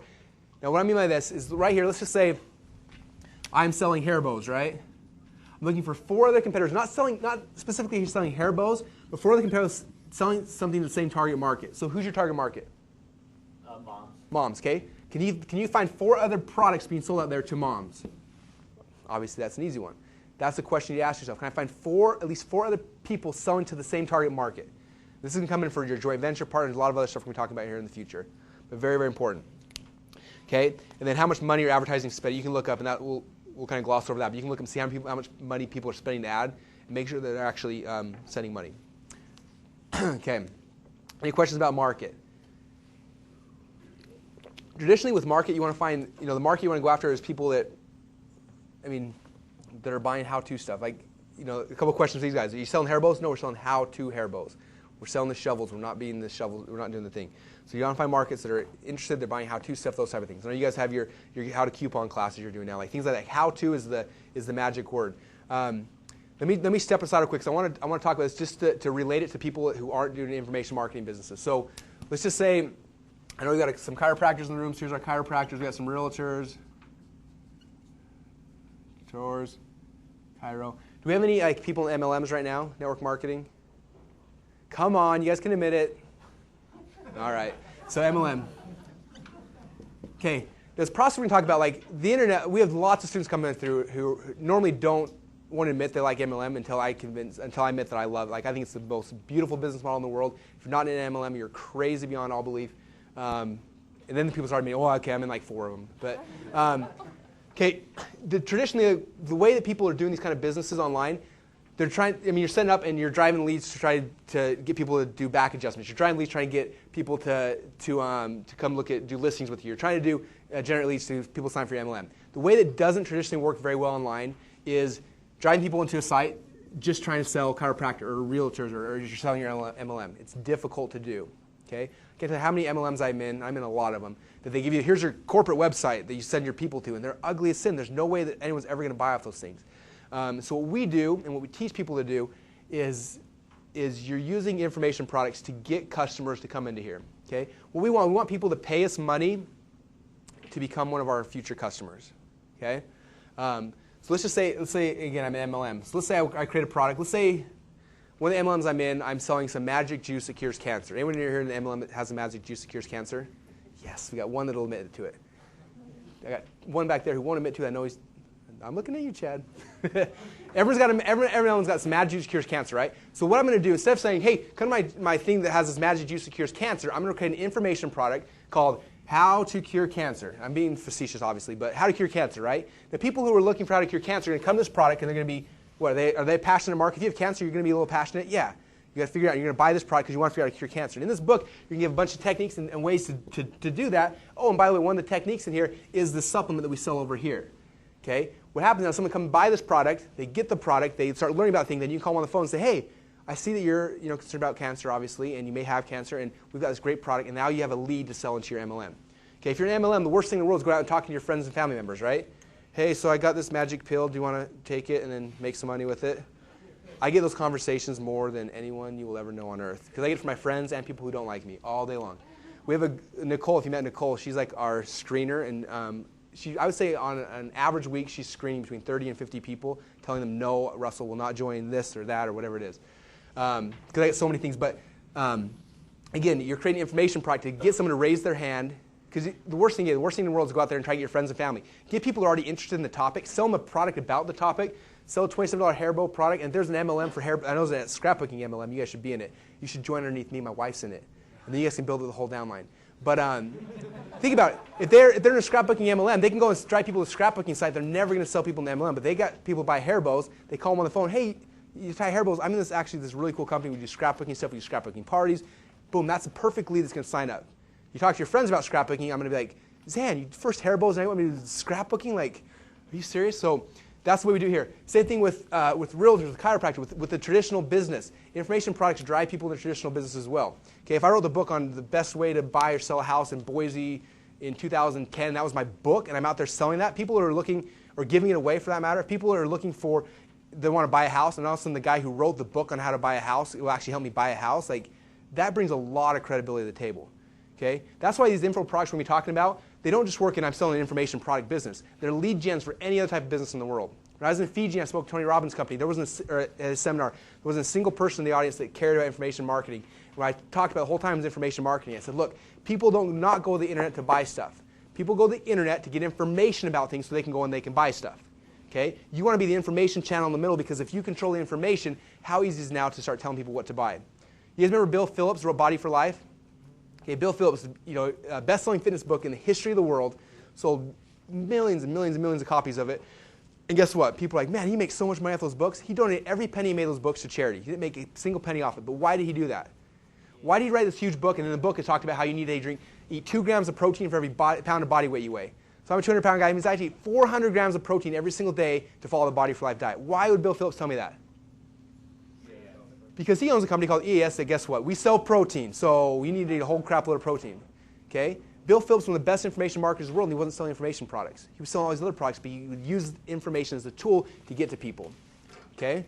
Very important to understand that. In any business, if you look at the information, you want to be the channel in the middle. People are coming for information, and then you take that information, they become leads, and then you can get them to do whatever you want. Okay, one of the guys I know, he has a whole business teaching carpet cleaners how to market their business, and he teaches people how to make these little, and it's not a big ebook or anything, it's little informational ads where they call in and they get a little report that's like 7 ways that your carpet cleaning guy is killing your kids or something like that. Okay, that's his information product. Now, if you're about to get your carpets cleaned, flip to a yellow page, all of a sudden there's a big ad that says, hey, get this free brochure, 7 ways to make sure your carpet cleaner's not killing your kids. You're going to be like, I better call that real quick before I call these other guys, so I want to make sure he's not killing my kids. You call it, you get the info product, you get the product here, you look at the pamphlet. Okay, crap, some guys do this and this and this, and then it's like, you know what, a lot of these guys are trying to kill your kids, but the good news is that I'm the one guy in town who doesn't kill kids. And if you want me to come out to your thing, I'm going to do it. The one unfortunate problem is I'm really, really expensive because I'm so booked up because I don't kill kids. So anyway, you can see where I'm going with this, right? Okay. I don't think it's really kill kids, but I hope I didn't go too far on that one. Okay. All right. So step number 1, finding the right market. Okay, step number 2, your fly capture page. This is your ask campaign, fly capture, whatever you want to call it. Again, you set up really simply. This is one, we created a product called How to Overcome Pornography. We're about to launch this actually probably next week or so. We set up the fly capture page, drove traffic to it. And what was interesting is the whole direction we were creating of the product was completely changed after we got this campaign back. Our direction, in my mind, I was like, hey, it's dudes who have pornography addiction. They want ways to fix themselves, right? That was my thought. That the whole product was created towards guys. And guess what happened after we set up this campaign? 90% of the people that came through were wives who their husbands had pornography problems. They wanted to figure out how to fix their husbands. Okay, do you do your product development a little bit different when that's the people who are looking for it? Yeah, everything was different because of that. We created a much better product because we were talking to the people who were looking. Okay, that's why these things are so important ahead of time, is to get the information so you make sure you're talking to the people who are looking and you're talking to them in the way they're talking back to you.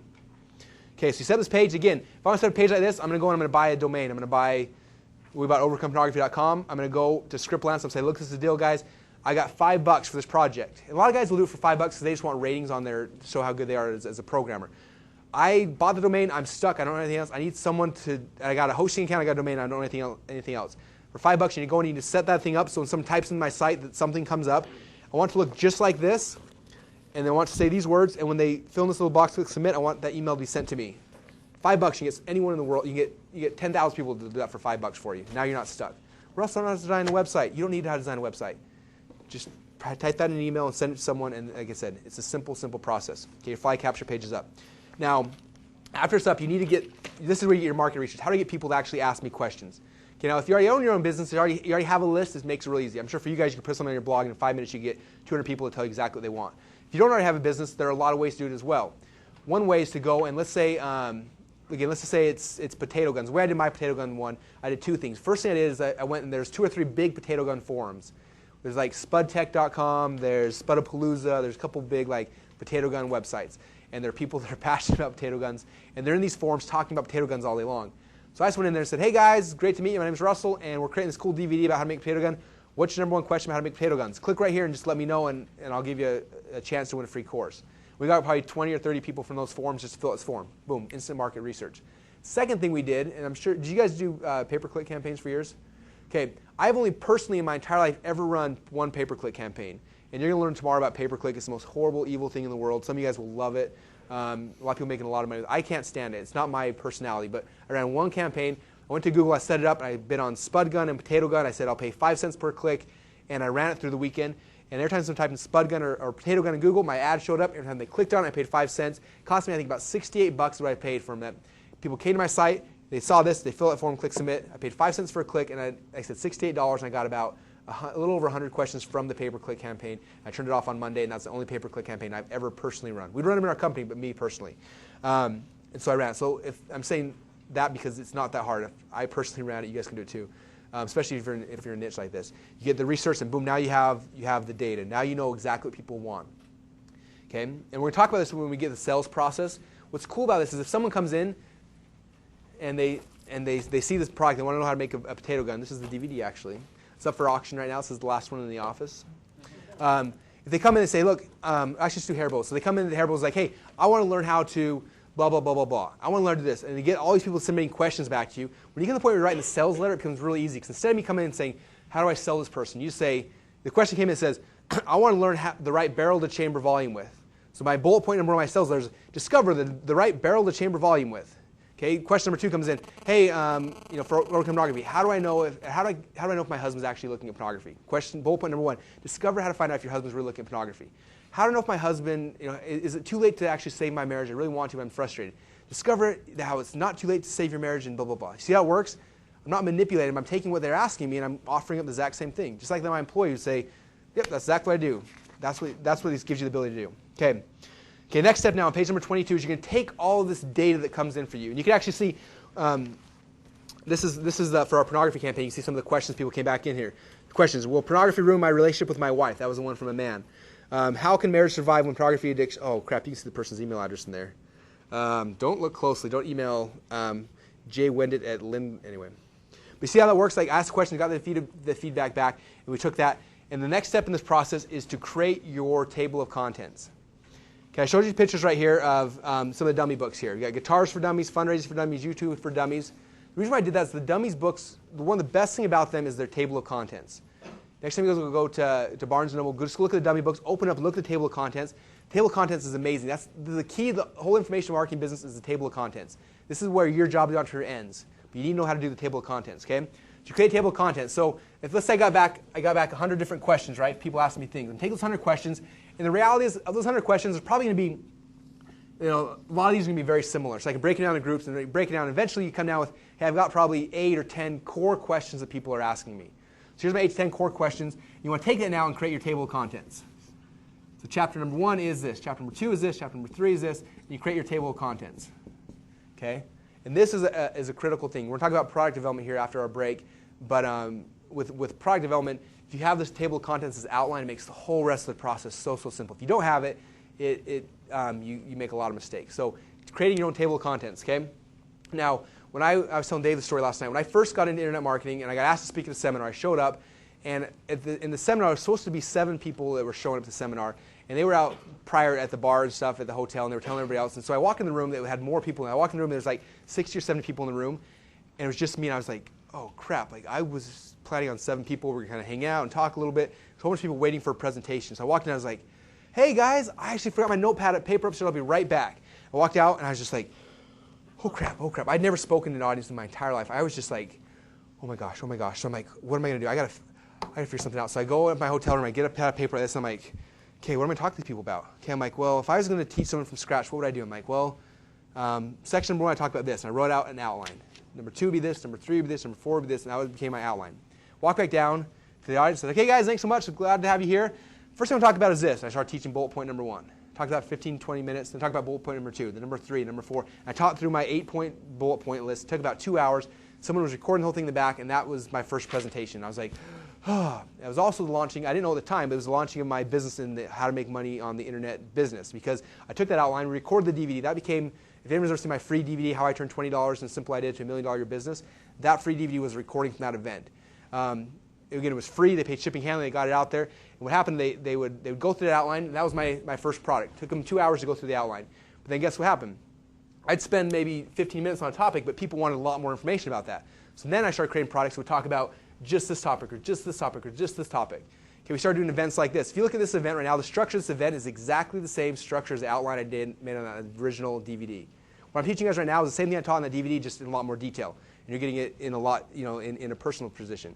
One of them, you can get for free. One of them, you pay a lot more money. You guys know how much you paid to be here. Okay, that's the difference behind it. But the outline is, this is going to be the fuel for your entire business, whether it be one product, a product line, a whole bunch of other stuff. But the outline is the first key, and you get that outline from taking your questions people are giving you. Take those questions, create an outline, boom. Now I have everything else we're going to talk about with product development. Okay, so creating your headline, or excuse me, your outline. And the one thing I do with outlines, and when I'm creating these titles, is not just saying Chapter 1, SEO, Chapter 2, PPC, Chapter 3. Try to turn them all into how-to statements. So how to drive more traffic to your website through the process of SEO. That's going to make, again, your product development process a lot easier when you do all the how-tos. Okay? You guys need a break?